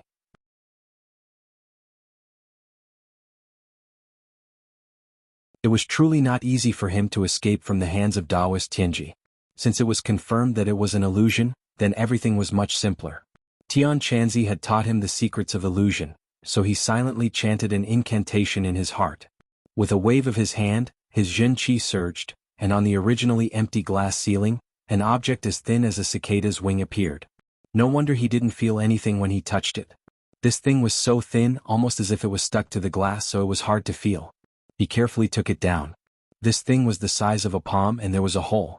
He instantly thought of the Sumeru bag that Tianquanzi had mentioned before. This was the Sumeru bag, a profound grade storage magic treasure. Tang Zheng was overjoyed. He had worked so hard and if not for Fang Shishir's reminder, he would have almost missed this treasure. When he returned to the ground, Fang Shishir and Mu Hongyan coincidentally came over. Looking at the small bag in his hand that was as thin as a cicada's wing, they curiously asked, "What is this thing?" Sumeru bag, a profound grade magic treasure. Fang Shishir looked at this magic treasure with mixed feelings. At that time, her husband was tragically killed because of this magic treasure, so she hated the Sumeru bag even more. If not for it, then this family would not have been torn apart. Fang Shishir had also heard Tianquanzi talk about the Sumeru bag's function. She was excited and said, "Can this small bag really hold a lot of things? Let's try it and we'll know." Tang Zheng operated his Jin Qi, and his divine sense immediately drilled into the Sumeru bag. A huge space suddenly appeared in front of him. This space was as big as the villa and it was completely empty. Tang Zheng's thoughts moved, and he pulled out the War Soul sword from his waist, and aimed it at the Sumeru bag's opening. With a whoosh, the War Soul sword disappeared and entered the Sumeru bag's space. Fang Shishir and Mu Hongyan were dumbstruck as they looked at this scene. Even Mu Hongyan could not help but exclaim, "This is too amazing. This is not the most amazing thing. If it is an Earth-grade magic treasure's Sumeru bag, it can also hold living things or even people." Tang Zheng recalled Tianquanzi's introduction, and could not help but say with fascination, "Holding people, then isn't this a moving house? People can still live inside." Mu Hongyan exclaimed, "Yes, but right now I'm just a moving warehouse, but this is enough for me. No matter where I go in the future, I can carry the War Soul sword with me and even more things." Tang Zheng said, unable to contain his joy. Now that he was facing more and more dangers, he had to carry the War Soul sword with him, but many times it was not convenient to carry it. After all, this was modern society, and it was not allowed to run around with a sword in broad daylight. The Sumeru bag just happened to solve this problem. "Sister Mu, thank you for giving this magic treasure to me," Tang Zheng said to Mu Hongyan. Mu Hongyan said indifferently, "This magic treasure is very useful to you, but it is useless to me. Moreover, my husband also met with misfortune because of it, so if I leave it in this house, I will feel uncomfortable." Tang Zheng nodded, indicating that he understood. "After this farewell, the Long family will definitely be on guard against me coming to see you and your mother again, so we don't know when we will be able to meet again. However, don't worry, I promised you that I would teach Nana magic and I will definitely not forget this matter. Fortunately, she is still young, so there is no need to rush. When the time is right, I will come to find you again." Tang Zheng believed that in a few years his strength would greatly increase, and even if it was Long Shenyuan, he would not have to be too afraid. Mu Hongyan said in understanding, "I understand, we will wait for you to come back. Then we will take our leave first. There's no need to be in such a hurry. It's already late. Let's rest for the night and leave tomorrow."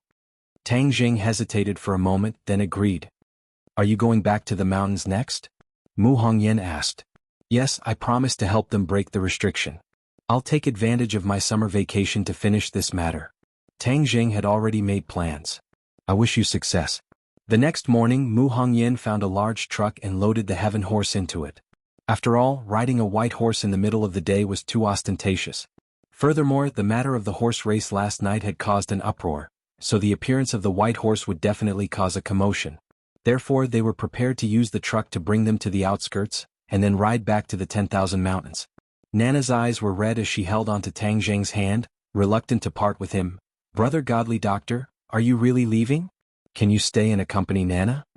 Her delicate and pitiful appearance could almost melt one's heart.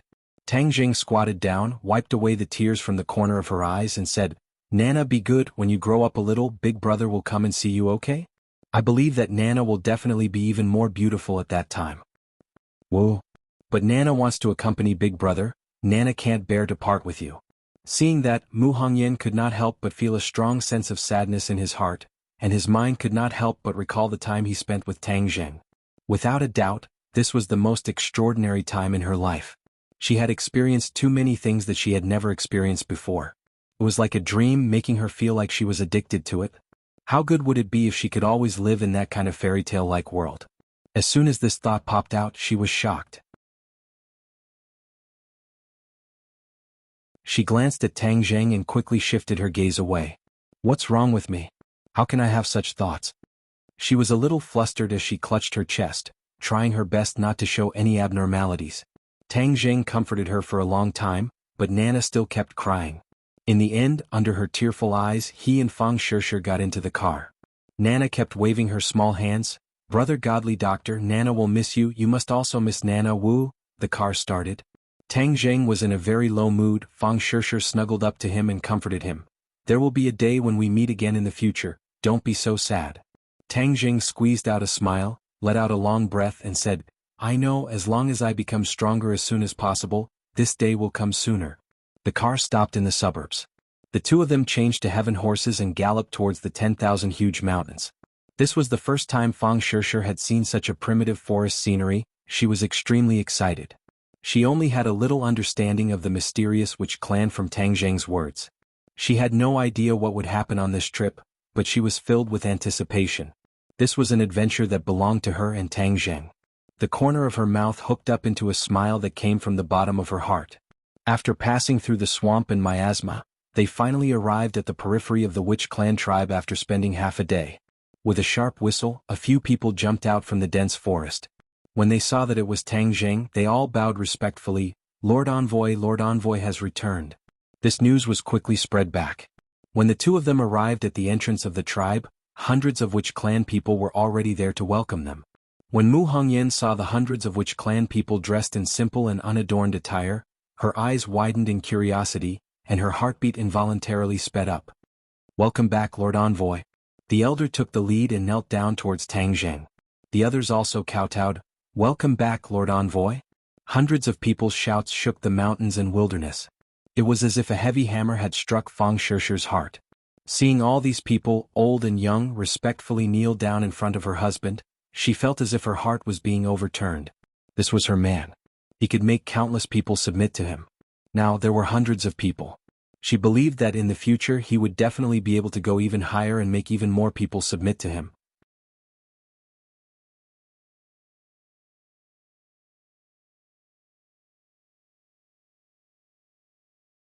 Chapter 230.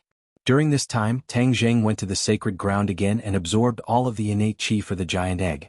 The positions of the 4 stone statues changed once again, and the restrictions were weakened even further. Tang Jing's confidence doubled, and he continued to work hard to cultivate, but this time he placed his gaze on the chaotic Vajra spell. Since he had decided to temper his body, this cultivation technique was the most suitable. Moreover, the elder had a good understanding of the chaotic Vajra spell, so he could carefully guide Tang Jing. The chaotic Vajra spell was divided into 5 stages: copper skin, iron bones, steel, diamond, and indestructible. If one reached the indestructible realm, then their body would be indestructible and indestructible. Tang Jing used the Witch clan's secret medicine, and after a few days his skin gradually hardened, like a layer of copper skin. Ordinary blades and swords would only cut into his skin a little, and would not be able to move an inch. In addition, the innate chi in his body had already reached 9. 8 inches. He was just 2 minutes away from entering the foundation establishment stage and making a qualitative leap. At noon, when he walked out of the cave once again, Fang Shishir, the elder, and Yi Yuan, who were waiting outside, hurriedly went up to welcome him. "Lord Envoy, how is it?" the elder asked anxiously. Plus, Tang Jing shook his head. "That giant egg is like a bottomless pit, it still doesn't have much of a reaction." He had always been curious about the white light that rose from the giant egg in the mural after it shattered. However, his power was limited and it would take some time for him to break the giant egg. Sometimes, he had the illusion that he was like an old hen that was hatching chicks, working hard to hatch this giant egg. Boom. All of a sudden, a loud noise interrupted his train of thought. A large patch of trees at the foot of the Holy Land's mountain broke apart. More and more towering trees broke apart, forming a wide road. This road meandered forward, heading straight for the cave. The elder's expression changed. "What's going on? Ayuan, quickly go and take a look." Ayuan jumped and rushed down from the top of the mountain. The rumbling sounds of trees breaking became louder and louder, and the few of them looked down the mountain nervously. "Elder, has something like this ever happened before?" Tang Jing asked. The elder shook his head. "No, the sacred mountain has always been very quiet. Ordinary animals don't dare to come close. There must be something fishy going on." Everyone's nerves tensed up. Not long after, Yi Yuan returned the way he came from. His face was ashen as he shouted, "Mang Jiao, Lord Elder, it's Mang Jiao." The elder's expression changed greatly. "Why did this beast come to the holy mountain? Wasn't it always in the swamp?" Tang Jing knew the situation was not good, so he asked, "Elder, what is a Mang Jiao?" "It's a huge snake that lives in the swamp all year round. I don't know how long it has lived. Some of our clansmen were eaten by it before. Later on, we organized many people to hunt it down, but it escaped. I didn't expect it to appear again today. This beast is already evolving into a flood dragon. Its strength is extraordinary," the elder explained. Tang Jing subconsciously thought of the red chain snake that he had met when he was searching for the heaven-fragrant flower in the ordinary Balance Mountain. That red chain snake had already gained intelligence and was a demonic beast. Tang Jing had spent a lot of effort to kill it and consume its nidin to raise his cultivation. He really did not expect to meet another demonic beast in the 10,000 huge mountains. However, from the other party's formation, it was obvious that it was not something a small demonic beast like the red chain snake could compare to. "All of you protect me. I need to quickly recover my innate chi." Tang Jing did not say anything else. He sat down cross-legged and consumed a spirit-gathering pill.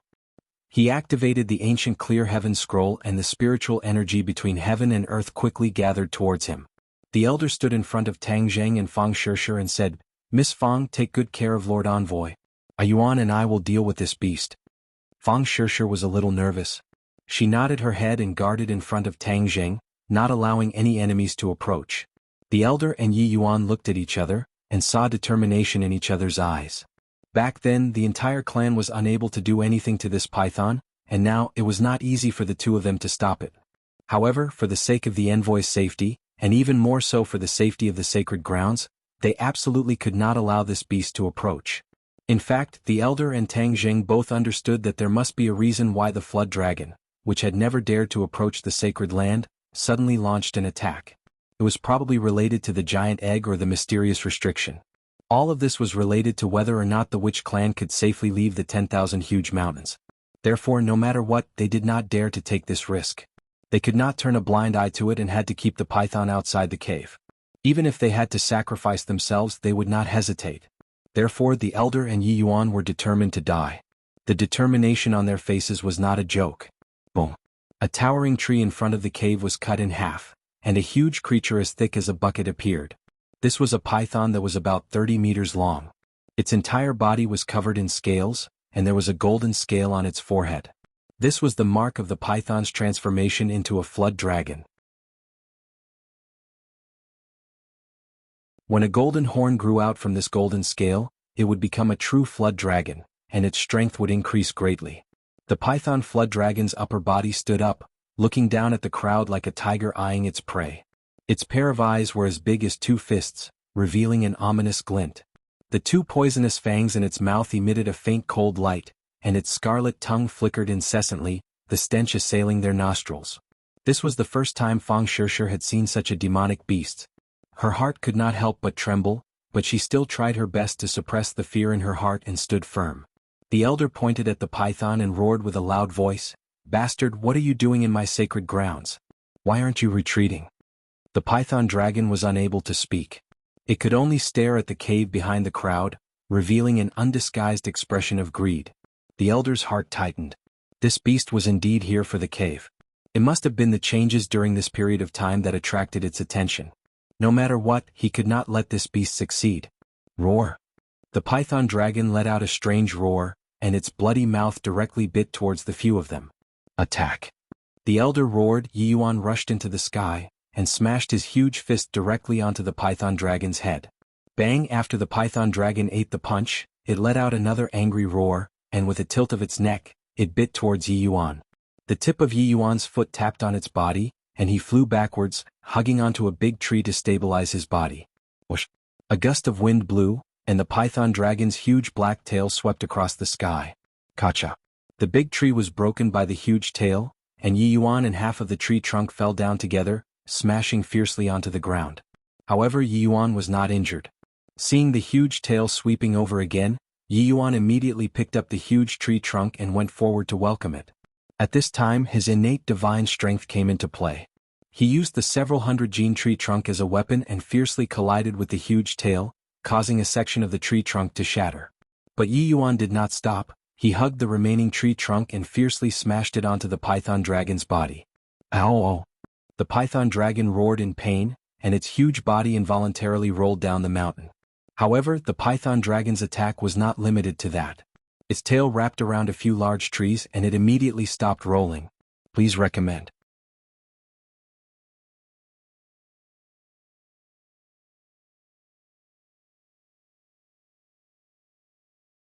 Chapter 231. Seeing that the python dragon was attacking again, Yi Yuan's expression changed greatly. He threw the elder to the ground and threw a huge fist in the air. Netbang! A fist smashed onto the python dragon's body. The python dragon roared and swept its tail, causing Yi Yuan to fly out. It smashed through countless towering trees before it fell limply from the sky, unable to move anymore. Ah Yuan! The elder cried out involuntarily. His eyes were bloodshot as he stared at the python dragon. Bastard, I will kill you! The elder rushed out again and soared into the air. He hugged the python dragon's body and climbed straight up, instantly arriving at the top of the python dragon's head. Just now, the python dragon had suffered a great loss at the hands of the elder. Seeing that the other party had climbed onto its head, it immediately rolled down on the ground, hoping to force the elder to retreat. However, the elder held onto his scales tightly and did not let go. The man and the python continued to roll on the mountain peak, breaking countless trees. However, the elder did not seem to be afraid of death and still did not let go. Suddenly, he roared and raised his hand that was grabbing onto the scales. Puchi! A golden light flew up. It was the golden scale armor on the python dragon's forehead. It was actually torn off by the elder. Immediately, the python dragon let out a heart-wrenching scream as it twisted in pain. The elder was finally sent flying by the huge force and landed heavily on the ground. His clothes were torn and many of his muscles were bleeding. He had turned into a bloody man. Bastard, I've broken your golden armor. Let's see how arrogant you can still be. The elder's mouth revealed a smile as he shouted weakly. The python dragon continued to twist and roll. The forest in front of the cave was directly razed to the ground by him. Sand and rocks flew everywhere. It was a complete mess. Suddenly the python dragon stopped moving. The elder was overjoyed. He knew that the golden scale armor was the python dragon's fatal weakness. Could it be that it was killed just like that? Fang Shishir was already dumbstruck.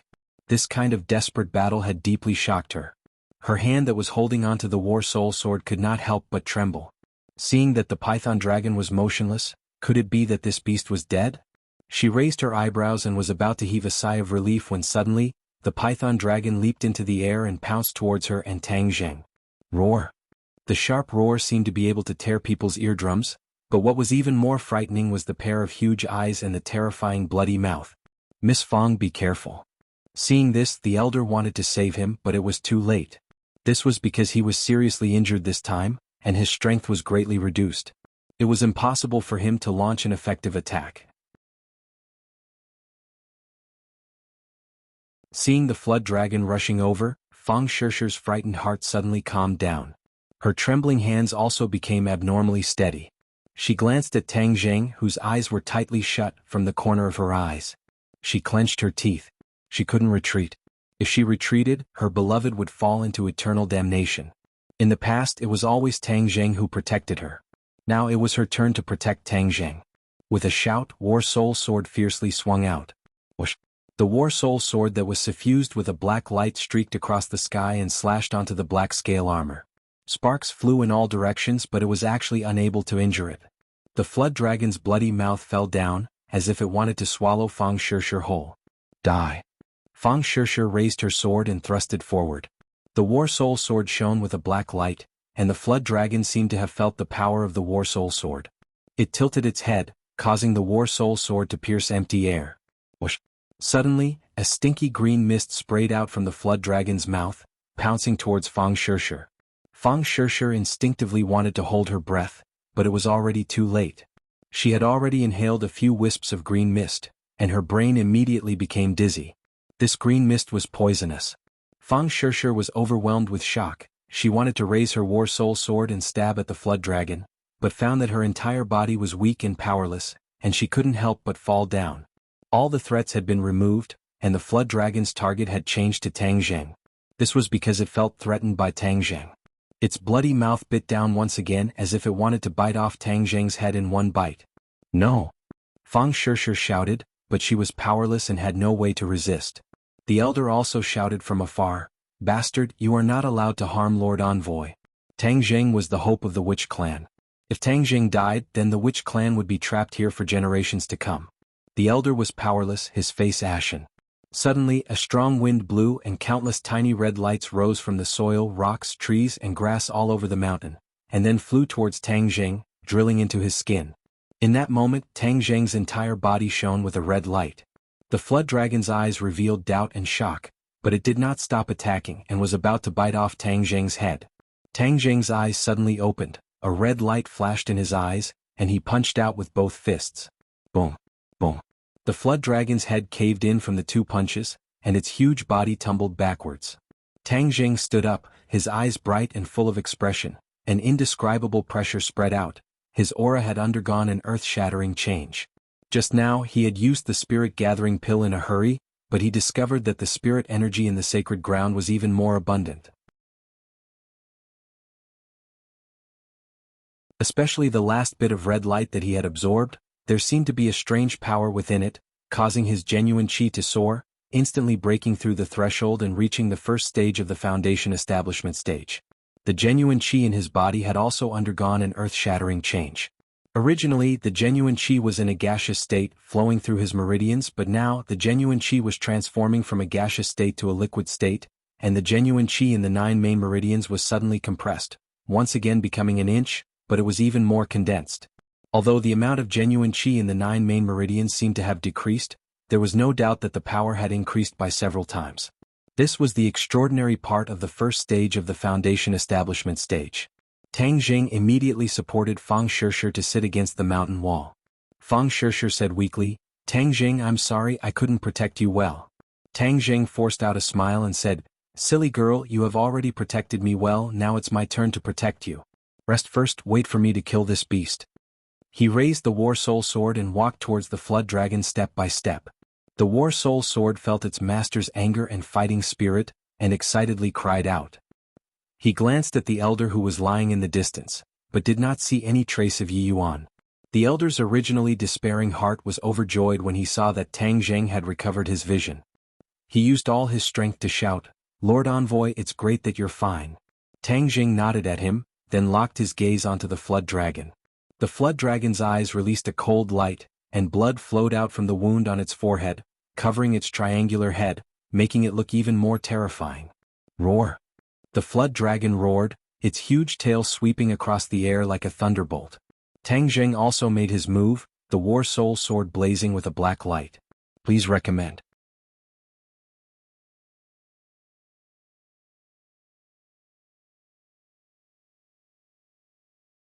Chapter 232. The Flood Dragon let out a sharp scream and started to twist crazily, using its head to hit the ground. However, Tang Zheng held onto the sword hilt tightly, allowing the sharp sword to completely sink into it. Please add, the two pairs of eyes were so close that they could see the burst of light in each other's eyes. However, the flood dragon was filled with the unwillingness of the dying Urza, while Tang Zheng was filled with an irresistible killing intent. Finally, the flood dragon's screams gradually subsided. Its pupils began to dilate as its life force slowly drained away. With a boom, the flood dragon fell limply to the ground, completely dead. Tang Zheng pulled out his war soul sword and walked towards the elder. "Elder, how are your injuries?" The elder squeezed out a smile with difficulty. "We won't die, Lord Envoy. We didn't manage to protect you well, we deserve to die 10,000 times. Tang Zheng immediately stopped him. "Elder, I should be the one saying that. I am your envoy, yet I was unable to protect you. It is my dereliction of duty to let you take the risk." The elder's eyes were filled with emotion. "I'll go take a look at Yi Yuan first." Tang Zheng walked down the mountain path and finally found Yi Yuan. He was unconscious. Tang Zheng checked and saw that his muscles and bones were injured, but it was not life-threatening. It was already not easy to survive the battle with the flood dragon. The witch clan's resistance to attacks was indeed strong. After waking Yi Yuan up, the two of them returned to the entrance of the cave, only to discover that Fang Shishir had already fainted, and her face was gradually covered in a layer of green. The elder turned pale with fright. "Lord Envoy, Miss Fang was poisoned by the snake venom just now. Hurry up and give her the medicine." As he spoke, he took out a porcelain bottle from his bosom. Tang Zheng was shocked. He was recovering his power earlier and did not know that she had been poisoned by the snake venom. He did not dare delay and immediately fed her a pill. The green color on her face had not completely faded, but it was controlled and did not spread to other places. In the end, it gathered on her forehead and formed a small dot. Tang Zheng knew that something was wrong and hurriedly asked, "Elder, her snake venom does not seem to have been completely removed." The elder was bewildered. After observing for a long time, he said, "Yes, this flood dragon's poison is many times more potent than ordinary snake venom. My pill is effective against ordinary snake venom, but it can't completely remove the flood dragon's poison." "Then what should we do? Will she be in danger?" Tang Zheng turned pale with fright. He would rather be poisoned himself than let Fang Shishir be poisoned, let alone if anything happened to her. "Lord Envoy, don't worry. The poison in her body is temporarily under control. When we return, I will carefully look for a way to detoxify it." The elder said. Tang Zheng breathed a sigh of relief for the time being, but he hated that flood dragon to the core. Fang Shishir slowly woke up and saw Tang Zheng's ashen face. She hurriedly asked, "What happened? Where's that Meng Jiao?" Before Tang Zheng had killed the Meng Jiao, she had fainted due to the poison. Tang Zheng quickly hugged her tightly and comforted her. "Don't worry, I've already killed that beast." Fang Shishir revealed an expression of relief. "That's good, it's too powerful, I'm not its match. Don't talk for now, rest well." Fang Shishir supported his arm and stood up, revealing a smile. "Don't think of me as so weak, I'm fine." Seeing that she was really fine, Tang Zheng was slightly relieved. However, when he saw the green color on her forehead, his heart could not completely relax. "Lord Envoy, this beast is strange. Do you think it was attracted by the things in the cave?" The elder asked worriedly. Tang Zheng glanced at the cave and said with a frown, "There is a high chance that it is that huge egg. That is definitely not an ordinary thing. For the python dragon to be so impatient to obtain something, it must be a treasure." The elder said, "That's for sure. After all, this is the holy land of my witch clan, and the things inside are sacred objects of the witch clan. Of course they are treasures, but this holy land has existed for who knows how many years. Why didn't that Meng Jiao come to the holy land before, but now?" This was the same question that troubled the few of them. They looked at each other in dismay, and finally cast their gazes towards Tang Zheng. Tang Zheng thought for a long time, then asked, "Elder, why weren't there any animals on this mountain before?" According to the ancestors of the witch clan, there are also restrictions in the sacred grounds, so the fierce birds and beasts do not dare to approach. But this time the Meng Jiao came up the mountain. Could it be that this restriction has also weakened? Tang Zheng guessed. The elder thought for a moment, then nodded. "There is indeed such a possibility. Sir, you have weakened the restrictions on the witch clan in the 10,000 mountains, so the restrictions on the sacred grounds must have also been weakened.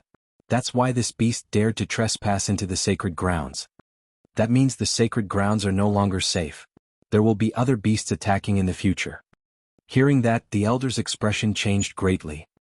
He looked at the cave and said worriedly, "Then what should we do?" The sacred objects of the witch clan are definitely not allowed to be touched by these beasts. Furthermore, the sacred objects are related to the fate of the witch clan, so they are definitely not allowed to be lost. Elder, when you go back, send your clansmen to patrol the sacred grounds. I'll guard this place first. Tang Jing sighed and said, "That's the only way. Thank you for your hard work, sir." "I'll stay behind to accompany the envoy," Yuan said. The elder nodded and went down the mountain alone. When he passed by the python flood dragon's corpse, he stopped and said, "Sir Envoy, this python flood dragon's entire body is a treasure. It cannot be wasted, especially the inner core in its stomach. It is greatly beneficial to cultivation." Tang Jing thought of the red chain snake's inner core and nodded his head to show that he understood. "Sure, sit down and rest first. I'll take this python flood dragon's inner core." Fang Sure was eager to give it a try. "I'll go with you, I've never seen an inner core before." This python flood dragon is a demonic beast. As long as it is a demonic beast, it will have an inner core. The inner core contains the spirit energy of heaven and earth, and is also the essence of the demonic beast. After consuming it, one's cultivation will increase greatly. Tang Jing said. Yi Yuan also nodded his head in agreement.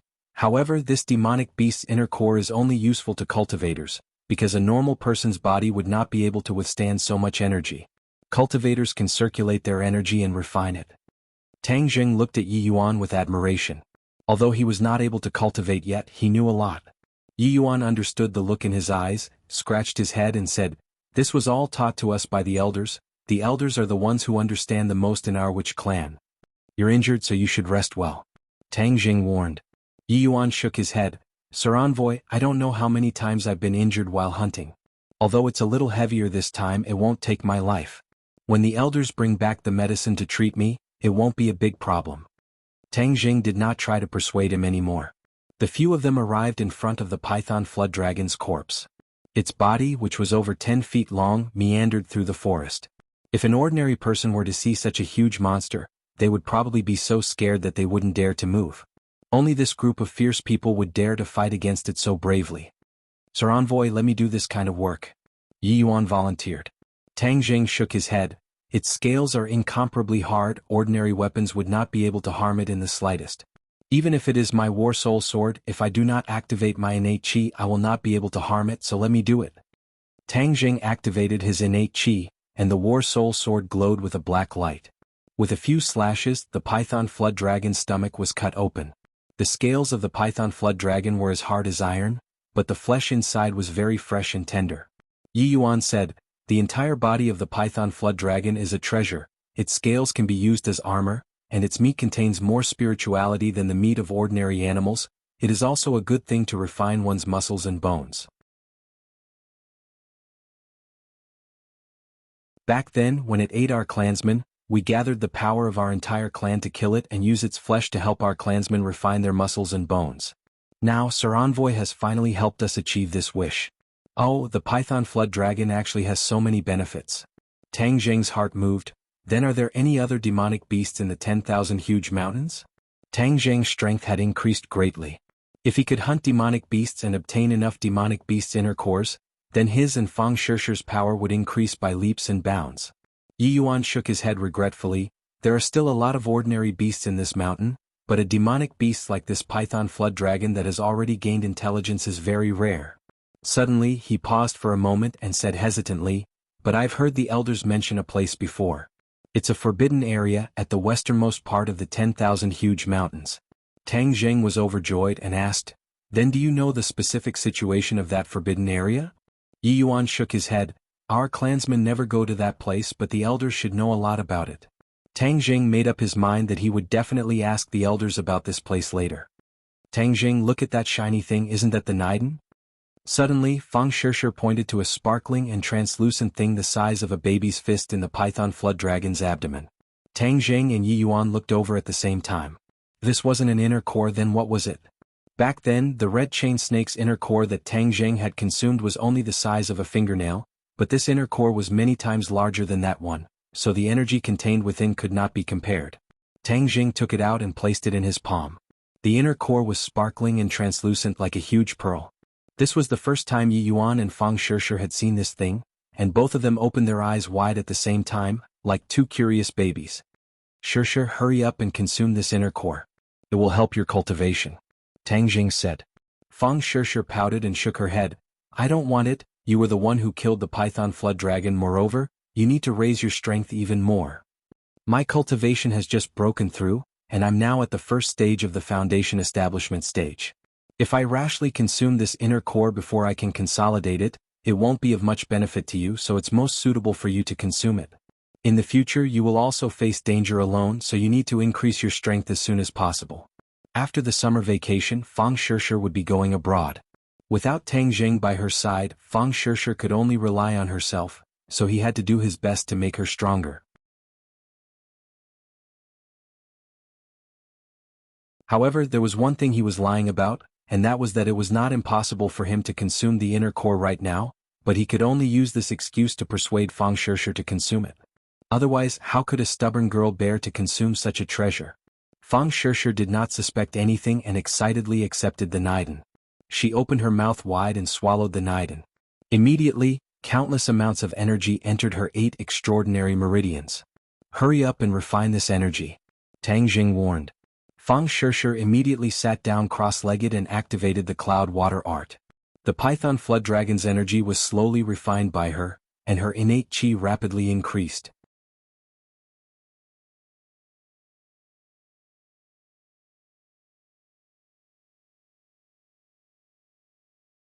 Chapter 233. During this period of time, Fang Shusha had used the spirit gathering pill to absorb the spirit chi of heaven and earth. She had already accumulated a lot of innate chi, and the innate chi in her 8 main meridians had already increased to 3.6 inches. Now that he had obtained the flood dragon's inner core, his innate chi had increased with a whoosh. The flood dragon's inner core had a yin attribute, and was extremely compatible with Fang Shusha's pure yin body. A few hours later, when she had completely refined the inner core, her cultivation level had skyrocketed to the 5th grade of the chi refining stage. Fang Shusha opened her eyes, which were overflowing with color. She could not hide her joy and impatiently said, Tang Jing, my cultivation has increased again, I have reached the 5th grade of the chi refining stage. Tang Jing smiled and patted her shoulder, congratulations. But when his gaze swept across her forehead, that bit of green was still there, causing his heart to skip a beat. Her cultivation had increased by so much, yet she still had not refined the flood dragon's poison. It seemed that the poison was really strong. Yi Yuan looked at her enviously, not knowing when he would be able to cultivate. Actually, speaking of which, Yi Yuan's fighting strength was already extremely strong, but this was because of the witch clan's own potential as well as their years of experience fighting with ferocious beasts in the forest. He did not have any innate chi in his body, but with the support of his innate chi, the power of the witch clan would explode with a resplendent light. 5. The sky had already darkened, and the 3 of them were surrounding the bonfire. Yi Yuan was focused on roasting the meat, which was of course the meat of the flood dragon. The meat was delicious, and it emitted a unique fragrance of roasted meat. When the roasted meat entered his mouth, it was fragrant and soft. Tang Jing felt that it was much more delicious than the pork and beef he had eaten before. Furthermore, he could feel that when the roasted meat entered his stomach, the spirit energy emitted by the roasted meat was absorbed by his body. No wonder the witch clan wanted to use the flesh of the flood dragon to temper their bodies.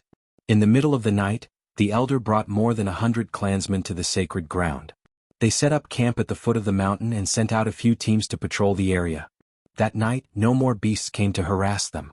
After everyone had gone to bed, Tang Jing began to cultivate. Since the spirit chi in the Holy Land was more abundant, he certainly would not let go of this heaven-sent opportunity.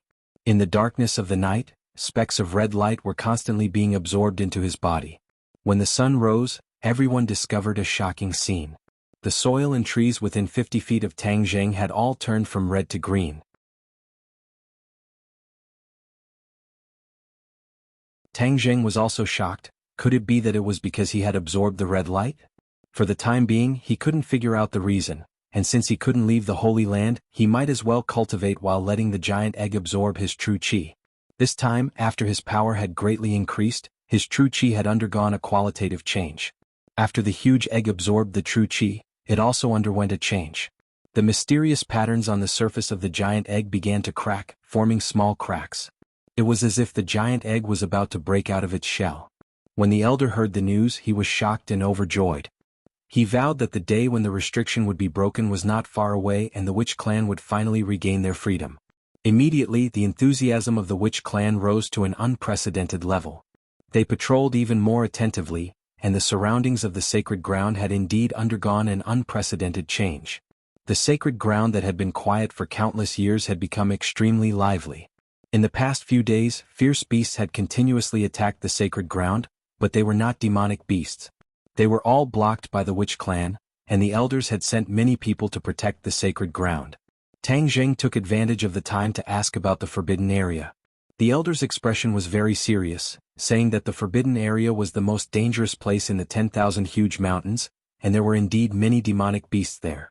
According to the legends of the witch clan's ancestors, a very ancient great figure was buried in the forbidden area, and those demonic beasts were guarding his coffin. Even when cultivators were prevalent many years ago, that place was still an extremely dangerous place.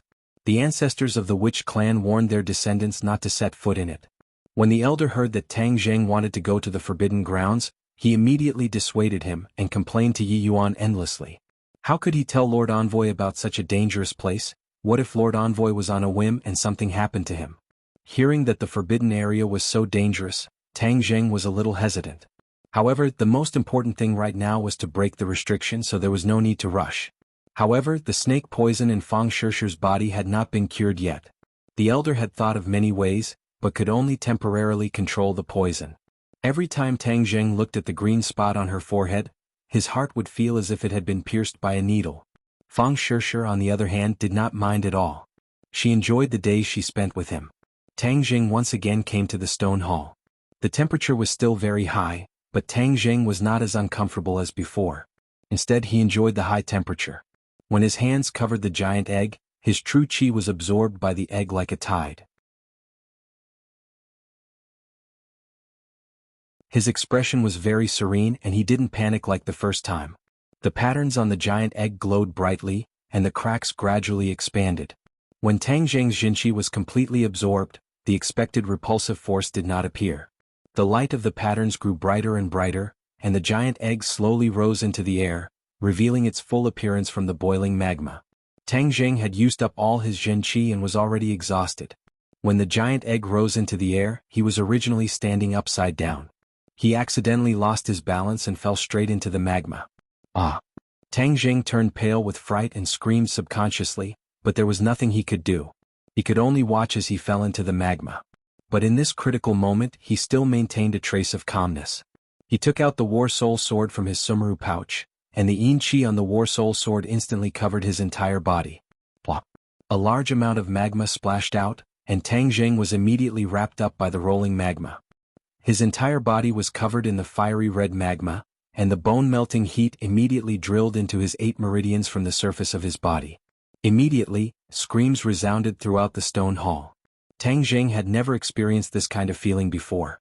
The surging heat seemed to want to melt him, and the surface of his skin became hot and blood-red.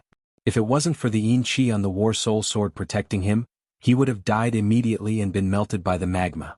However, it was obvious that the Yin Qi wouldn't be able to hold on for too long, and he had no way of swimming to the shore in the magma. He could only jump up and down to prevent himself from sinking to the bottom of the pool and suffocating to death. At this moment, the giant egg had already risen above the pool.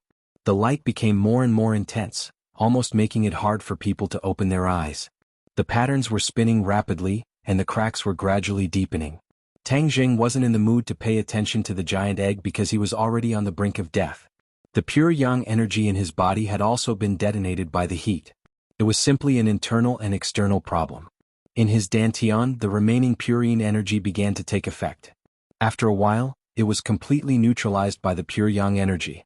Finally, it was able to suppress the pure yang energy, allowing him to avoid the danger of his body exploding.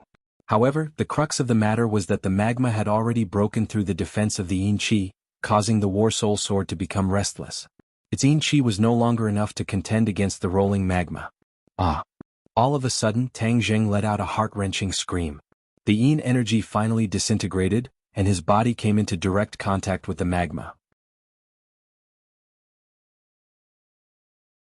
Although he had cultivated the chaotic Vajra spell, he had not even reached the first level of the Copper Skin realm. How could his physical body resist this lava?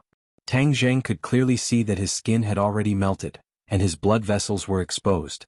A large amount of blood flowed into the pool and merged with the magma. My life is over. Tang Zheng subconsciously glanced at the giant egg. All of this was caused by this guy. Damn it, what exactly are you? I worked so hard to let you absorb the innate chi, and this is how you repay me? A white light suddenly appeared in the red light around the giant egg. This white light was incomparably resplendent and instantly covered the red light. It even caused the fiery red magma to reveal a trace of white light. Tang Jing only had time to see this white light before his consciousness became blurry and he immediately fainted. The patterns on the giant egg also rose into the air and shot straight towards Tang Jing's forehead. They entered the middle of his forehead and rapidly rotated. In an instant, the light covered Tang Jing's entire body. Tang Jing's skin and muscles had almost completely melted, and one could even see his internal organs beating. Seeing that the magma was about to melt his internal organs at this time, the ray of light immediately stopped the magma from harming him. From all directions, streams of red energy converged towards Tang Jing from the magma. Under the effect of the ray of light, they were quickly absorbed into Tang Jing's body. The skin and muscles that had already melted actually grew back bit by bit. His body was being remodeled. If Tang Jing could see this scene, he would probably faint from shock again. At this moment, the chaotic Vajra spell in his body started to circulate on its own, seeping into his newly grown skin and muscles. The new skin glowed with a red light and was indestructible. He had actually reached the first level of the chaotic Vajra spell, the Copper Skin Realm. Furthermore, his Copper Skin Realm was even more powerful than the one obtained by cultivating the chaotic Vajra spell according to the rules. This was because he had been tempered and remodeled by the magma. Probably from ancient times until now, no one who cultivated the chaotic Vajra spell had ever been like him, who had almost completely melted his body and then remodeled it. This was because no one else had the same fortuitous encounter as him. The power of the light that enveloped him was extraordinary, and it was not something that a single person could obtain. After an unknown period of time, Tang Jing's flesh was newly molded, becoming completely naked, and the red light on his skin gradually faded away. This time his skin was no longer snow white but bronze. It was a true bronze color, even more perfect and flawless than the ones obtained from sunbathing. The light wrapped around him as he slowly rose from the magma. He was like a sleeping baby, his face finally no longer showing signs of pain and struggle. He laid flat in the air and then slowly flew towards the shore. When he landed on the shore, the light disappeared, and the mysterious pattern on his forehead also entered his skin, disappearing bit by bit until there was no trace of it at all. As for the giant egg above the pool, it was already completely enveloped by the white light. With a cracking sound, the white light suddenly expanded, filling every inch of space in the stone hall. A voice rang out from the middle of the white light.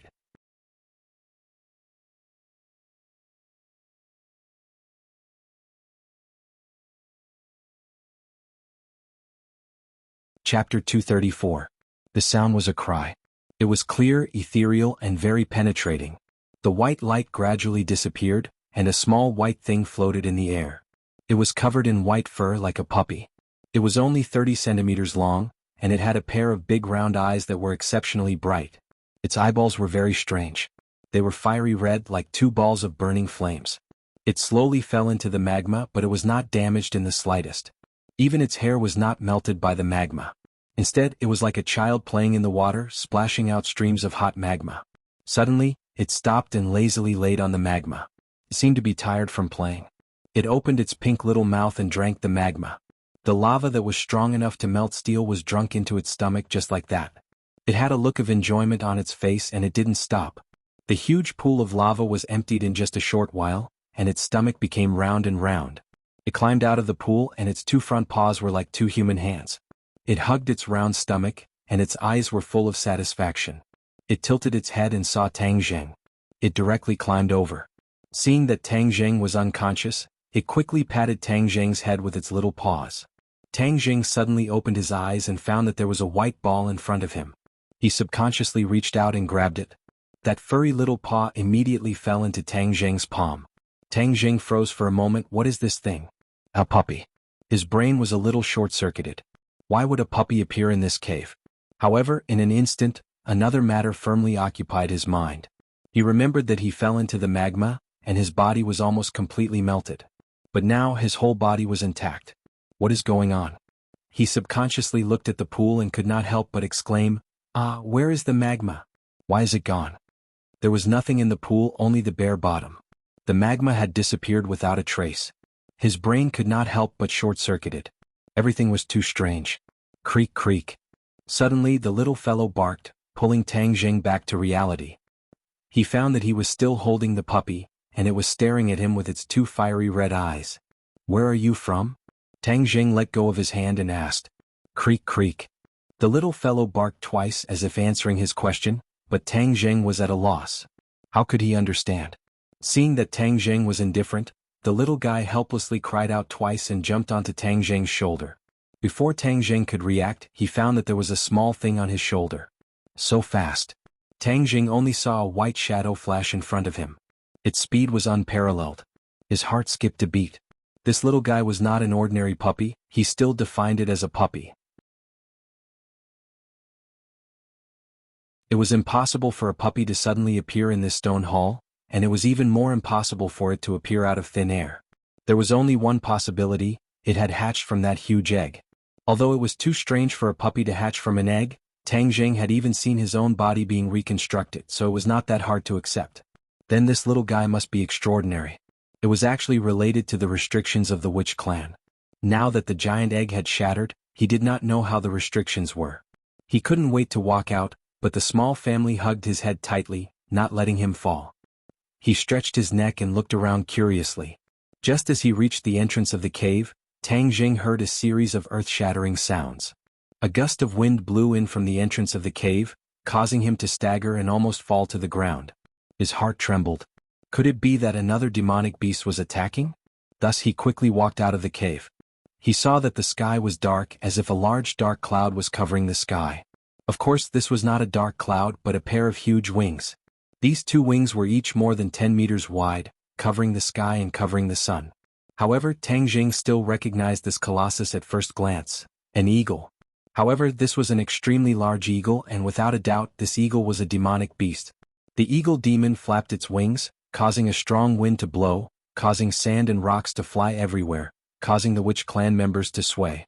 Then the eagle demon swooped down and grabbed a person with its huge claws. So. The spears in the hands of the witch clan members were all thrown into the sky.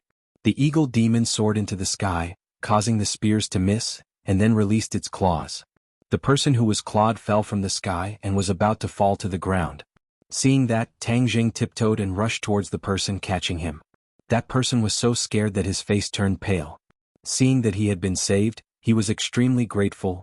"Thank you, Lord Envoy." Tang Jing patted him on the shoulder.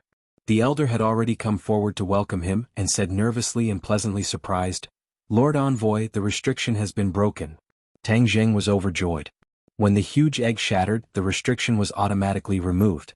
It seemed that his original guess was not wrong. What is this? An eagle demon flew in from the west just now. It must have come for the sacred object in the cave and was temporarily stopped by us. This eagle demon is very powerful, many of us are injured. Tang Jing said with a dark face. Have you seen it before? No, this eagle demon's strength is not inferior to the python dragon from a few days ago. It is extremely powerful. Lord Envoy has used up all of his innate chi. You rest first, we will deal with him. The elder advised. How could Tang Jing just sit back and watch? Furthermore, when he woke up just now, he discovered that his innate chi had actually recovered to its peak state, so there was no doubt about his fighting strength. Tang Jing unquestionably held onto the War Soul sword and stood at the front of the crowd, staring at the eagle demon that was circling in the sky like a tiger eyeing its prey. The eagle demon also saw Tang Jing, but in the end, its gaze landed on the little fellow. The eagle's eyes suddenly constricted, and it began to cry out. Squeak, squeak. Suddenly, the little guy stood up on Tang Jing's shoulder and bared its fangs at the eagle demon in the sky, not afraid at all. When the eagle demon heard the little fellow's angry cries, its pupils suddenly constricted. It actually rose a little further, as if it was afraid of the little fellow. The elder's gaze was immediately attracted to the little fellow, and he hurriedly asked, Lord Envoy, what is this? Tang Jing shook his head. I don't know what it is exactly, but I suspect that it hatched from that huge egg. The elder was immediately dumbstruck. He stared straight at the little fellow and said with incomparable excitement, If it was hatched from the sacred object, then it would be a holy beast. Tang Zheng was not in the mood to care about any holy beasts for the time being. The most important thing was to deal with this eagle demon. Little guy, get off my shoulder first. I'll deal with this demonic beasts, otherwise it won't be good if it hurts you later. Tang Zheng patted its little head and said. The little guy squeaked twice, expressing its protest towards Tang Zheng, but it did not get off his shoulder. Tang Zheng was helpless and could not care less about it. With a tap of his foot, he climbed up a towering tree, and then, as if he was walking on flat ground, he started to walk on the tree trunk and quickly rose up.